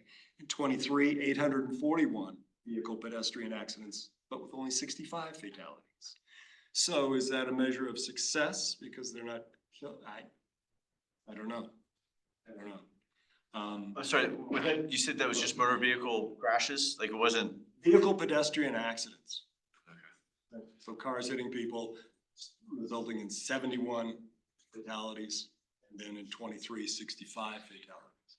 One of these, I can't remember which one, I think it was Austin, was talking about how they had on several of their corridors, the number of crashes the number had increased, but serious injuries had gone down. So the idea being that speeds have gone down, more fender benders and little run-ins, but with little severity to them. And that was one of the things they had struggled with on their communication side a little bit. Like, yes, we're having more fender benders, but like, those are like, a few $1,000 insurance claims, not somebody's dead. Somebody's dead, right. I think it'll be really interesting to see how these flashing pedestrian crossings that we've been putting in Littleton are gonna affect our number of crashes and injuries. Have we seen any early data on those? No, well, so there's a couple things with this. So we can track kind of where we've installed them and things like that. The hard part, I don't know if you noticed this, very few people hit the button. So that would be a key kind of data point that we would love to get. Even today we went out and saw a few people cross, so. And that's more for like compliance, kind of alerting people, but we could look at the crash data and see, you know, how many. Yeah, one other factor on that is it could increase it to me as well, because like I crossed at Bacon Social House one time, pushed the button, the car in the lane immediately next to me stopped. I started to go by, the car coming around the corner on the other side of them did not even know I was there and was not stopping, and I slammed on my brakes and they flew by me in the car, and like the car next to me was like, you know, that actually stopped, you know, so it kind of gives people a false sense of security as well, that people are gonna actually follow the rules. So it sounds like we really need to do some education around, you know, when you make changes, there's that unintended consequence that some people are gonna ignore it and actually make it worse. So there's probably an education component that maybe to get people not only to trigger the crosswalk, but then how to use it correctly so that they're not And, killing board members here. and potentially enforcement as well, right? I mean, Yeah. Start giving out tickets, yeah. they got a ticket, you were right, you had the right of way. Yeah, we have that email from you. So we need to follow up with Colorado Center for the Blind. So Dave sent us an email. I guess you can explain the situation. I was sitting at Grand Station having dinner, and this blind person was attempting to go across the street, and he was hitting the thing. He didn't know it was flashing. That's really rough, yeah. So Some I sound, yeah. helped him across, said, it's flashing, let's go. Yeah. So so one of the things I did before I got on the council is met with people at the Center for the Blind, and they have kind of mixed feelings about sounds. They do. That's what I was going to say. Really? Oh, they, So What they're trying to train their people to do is listen for the traffic. And so what they told me they're training people to do at corners is to listen to see if the traffic is going. Electric cars make that really tough. Oh, Exactly. boy, yeah. yeah, so, and we work with Colorado Center for the Blind for a lot, and we've heard mixed reviews from them because, you know, they have students coming from all over the country, all over the world, and so they don't want their students to rely on things that we just have in Littleton, which is a catch-22 because we want to provide the safest infrastructure, right? So, and you know, I think downtown especially is maybe a special use case in my opinion of, you know, maybe, yeah, our downtown, our major. we've had multiple conversations around this, cause I know, I mean, I remember like early on, we talked about making some of those routes from the school down to downtown safer, because you know, there's a lot of blind people walking across that bridge. I mean, it scares me when I'm driving, right? Like, cause they're right there. And we've talked to them, and the school's like, do not make any safety improvements. We want them to have this experience. We want them to learn how to do this. And I'm sure I kind of. But it's also for our children and stuff like that, so That's where I think it's It's a tough a one. balance, right? don't rely on it, but we want to put it there. Wow. And, you know, that, I guess it was just, obviously I didn't have the background from school, but I'm just sitting here watching this guy, and people were turning around and they were stopping. So clearly, there wasn't the traffic noise. And he wasn't going. And then the drivers would get frustrated and then go. I mean, I bet. Yeah. I can't imagine not being able to see, like, you know, the Indiana Jones, like, leap of faith with a, I mean, that's how it would feel like crossing an intersection. I feel like you can see. So I just threw out the chirper if. Yeah, that's on our list. We're needing to get with them about, one of those ACOS grants. Thank you to Zero Letters of Support. So that's something I need to bring up with them. I talked about this easier. So I think we're running out of time. I'm gonna report to the council that we had a really good discussion. There were some high-level lessons learned. And things I got out of it was, if we wanna go Vision Zero, we actually need to put money behind it. We need to have concrete, actionable plans. Go narrow, yeah. And zero is an unrealistic goal. Don't set unrealistic goals for yourself. My other thing that did not come up, and I want to float by you, is I'm not confident our goal is zero. I feel like one of our big goals is to be more pedestrian and bike friendly, and our crashes are on Santa Fe. And that's not where pedestrians and bikes are. I mean, we want Santa Fe to be safe, but we want the whole city to be pedestrian and bike friendly. and its unfriendliness is not measured in deaths and injuries. Only, it is not only measured. It's not, well, I don't think it's well measured. I think there are other measures around not feeling safe and not letting our children use it is really important. And I think, and you guys, I'm saying this for you to tell me you don't agree. That's what I'm saying is I think we need to have a real clear discussion of actually what we want to change. Does that feel okay? Okay, great. I wrote a note while we were chatting about, you know, a lot of these were like the metrics, the numbers. But if we had deaths stay flat and we had 40% of kids at our local schools riding their bikes to school, that's a huge win. You know what I mean? So like the goal should certainly be to reduce deaths and serious accidents, but I think a continually reducing number of those while we have alternate modes increase would be an enormous win, I think. And that is possible. Yeah. So I go back to those similar curves with air travel. Yeah. Where the numbers of miles kept going up and the fatalities approached zero. Beautiful win. And that's the thing, we need to do that. We need to focus our attention toward that. So is that, I mean, to me, that says, and I know a little bit of this is just,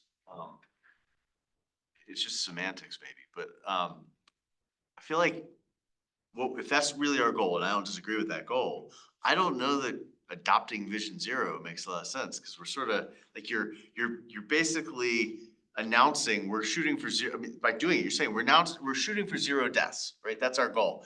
And that's not really what our goal is. It's like you're playing a little bit of the coconut game. And so maybe it's more of, I mean, I don't know, is there some way we could say we are adopting the safe systems approach to our engineering? Is it the accuracy of the messaging that you're commenting on? Well, it's Aren't there pots of money that are only That's what I was gonna say, is Vision Zero? if we claim Vision Zero, do we really? I don't. You were all saying I don't. You wanna talk?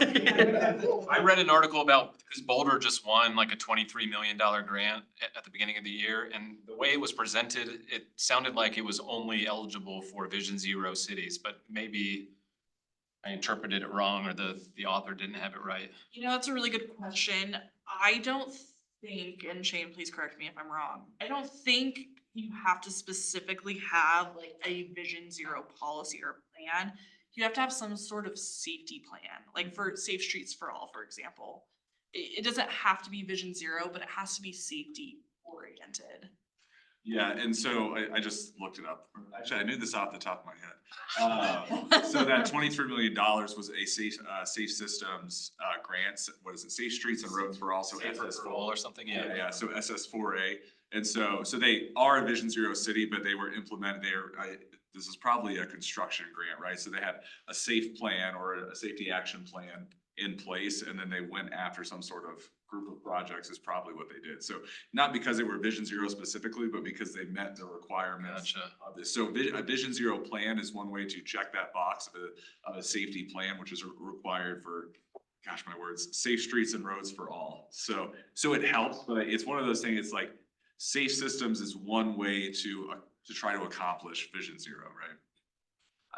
I hesitant on making a goal that we know we can't achieve. I certainly feel that, you know, and like if there's a drunk driver that goes 115 down Broadway and veers off the road and kills some people, like that's gonna be incredibly difficult to stop.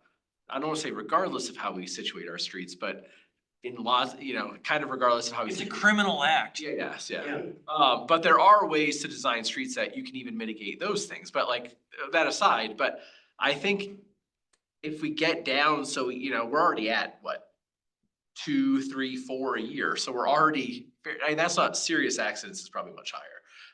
But serious injuries is what we should Yeah. focus on, probably more than deaths. yeah, but I don't know if it's like a marketing thing, like in like we wanna have a goal that's accurate to what we're trying to achieve, or, you know, but I feel like, to me, I don't feel like it's disingenuous to say we have a Vision Zero goal, because we know that we're trying to approach it as much as possible while it's still very difficult to do, you know? Yeah, it's hard. Another potential strategy as we're thinking about this is, you know, I think some of these places set like a 10-year goal, right? And some of them set more of a visionary 20, 40 years. And so maybe it's benchmarks along the way, and it is a long-term goal. I guess you Annually decline. asked me if it was let me clarify. I think my issue with Vision Zero is it by its nature, by the name of it, by what it does, the basic metrics are what Watsonville had, even though they don't want to measure themselves to it, right? It's like, do we have less serious injuries? Do we have fewer deaths? Like, that's it. What I heard Robert say, and I believe this as a city was what we want, is those are not our ultimate goals. I mean, like, those would be almost like, it would be great to have those. Our goals are, we want to be able to put our kids on bikes and feel comfortable they can ride across town safely. We want to see higher, what? I would say it's both. Sorry, I cut you off. Finish You're what you're gonna saying. get the one if the, I mean, you're gonna naturally get to the one from the other. It's just, it's like. It seems like there's some branding problems though with saying Vision Zero. Because a lot of these cities, picked it up, it was a buzzword, let's get it. And then it died out. And I think we should stay away from buzzwords, especially if we think we're probably not gonna be zero in a lot of years. If it doesn't close doors, then I think it would be good actually to have our own, because that's like, Yeah. it's not just, regurgitating what everyone else did, where it's like deliberate and, yeah. And I love that, something that's homegrown, but that gives us that state, that the safe, street, Yeah. which is another brand, but I mean, that's what we're after. Yeah, the safe systems, right? I mean, like. Safe systems. To me, that like aligns better with. I like that. I what like you safe. said. Yeah, so anyway, I think you've got a pretty good sample, of, if you could summarize that. I will, I guess and I don't want to decide this now. What I was envisioning is that I will this is an update. This is not the conclusion of the CMB, and that the CMB I'm gonna say, had a great conversation. This is work you're interested in doing. You're gonna keep working on it, as a group, but as an update, these are kind of some of the things that came up so far. Does that, because I don't want to, I'm not trying to do I'm not doing the closure, I'm doing the update. Yeah. Yeah, we're there. I think that's great, and I want to be mindful of our time. We try to finish by 8:30, but we're past that a little bit. Kenneth, thank you for capturing that. That's a huge deal to be our scribe. Thank you so much for that. What's our next step now? Where do we go from here? I think is what we need to figure out as a group, and we didn't. We obviously didn't get Kelly's debrief on the downtown project, so that's something we'll, Jeff, you and I can talk about that as we plan the next agenda. But we'll get that in there, and then I'd like to do some next steps on this also. Yeah, related to that, someone mentioned to me that like the other boards and commissions should have a liaison for the sale, like what we're doing with the 3A proceeds, and oh, okay. Next to you. You're looking at Would them. you like to be that guy? Someone just said, Mike Jen said that we didn't have a person, and so I was like, I thought we did assign that. Okay, so I was not making that up. I texted the person saying, I'm almost positive we have someone. Okay, sorry, just making sure that. Okay, I'm happy, I actually would be willing to take it on. Would you like to do that? Yeah, if you're okay, yeah. I make a motion that Matt is our. We don't make motions anymore. Oh, that's right. I think Just declare it. You guys, I don't have any details about it, but I'm happy to. We only meet once or twice a year. Oh, that's right, and they just had one in April? They just had one like a week or two ago. they did, you know. Nobody invited me to it, just so you know. Yeah. Never heard boo. Okay, we'll Yeah. follow up on that because that's an issue. Mike said you all don't have one. That would be why he said it, because no one showed him. I apologize for that. That's an oversight on us and we will figure that out. So. Okay, I'm happy to reach. Check your junk email. No, just kidding. Sorry, Tom, I just wanted to bring that up before we. No, oh, that's good. All right. No, I was just gonna say, I think with the way the conversation went today, Shane and I were thinking that we'd kind of maybe at the next meeting, since it didn't happen tonight, obviously we'll keep these and maybe we can start thinking of common themes and, what are things, if we go down this path with Littleton, like what are lessons learned that we want to take forward? So I'm gonna step back. What I say is just we had a really good discussion. We're engaged. We're excited about the work, not say anything else. Cause I think that was premature for me to say anything. I don't think there's anything you said that was premature. Okay, well, I don't want to, I just want to step, this is exciting. I'm trying to be supportive of the work. No. I mean, I think it's good to set the expectation, like, this is not something you just do because it sounds good, like, it's. Yeah. Yeah. One other thing, if you, you know, going to some of Pam's comments, which I agree with, there should be more people here. You know, I really think that, like, if you could announce when you're announcing it, that like, it would be good for the citizens to watch, cause we're probably gonna make recommendations that might have impact, you know, in the city. And it shouldn't just be this group of people, you know, that are, that are doing that. So I think getting a broader community participation could be really good. Yeah. Okay, well, with that, is there anything else we need to do before we close? Well, not before we close, I think I'll just add, as we had talked about having Emily Kleinfelter, who's Dr. Cobb's Vision Zero planner, come down for our next meeting. Oh, yeah. Kind of continue the series, and then, Yeah. so they just had their update to their action plan approved by the Dr. Cog board like this week or maybe the week before. So we're gonna have her come down and talk. We already kind of have her in the hopper, prepared to come down. So we'll kind of start to narrow this focus down to like, okay, how does this apply to Littleton? So we're starting nationally, kind of coming down to regionally next week. Yeah. And Kelly was unable to be here tonight, but she did record a video talking about her findings for Denver's Vision Zero action plan, so we could send that out via email. Yeah, we can send that out, yeah. Yeah, I was able to see it before. Oops, we should have probably played it tonight too. You all are gonna be deciding, Tom and Jeff, on what we discuss next time, right? Next Yes, week? Usually we'll yes. look After.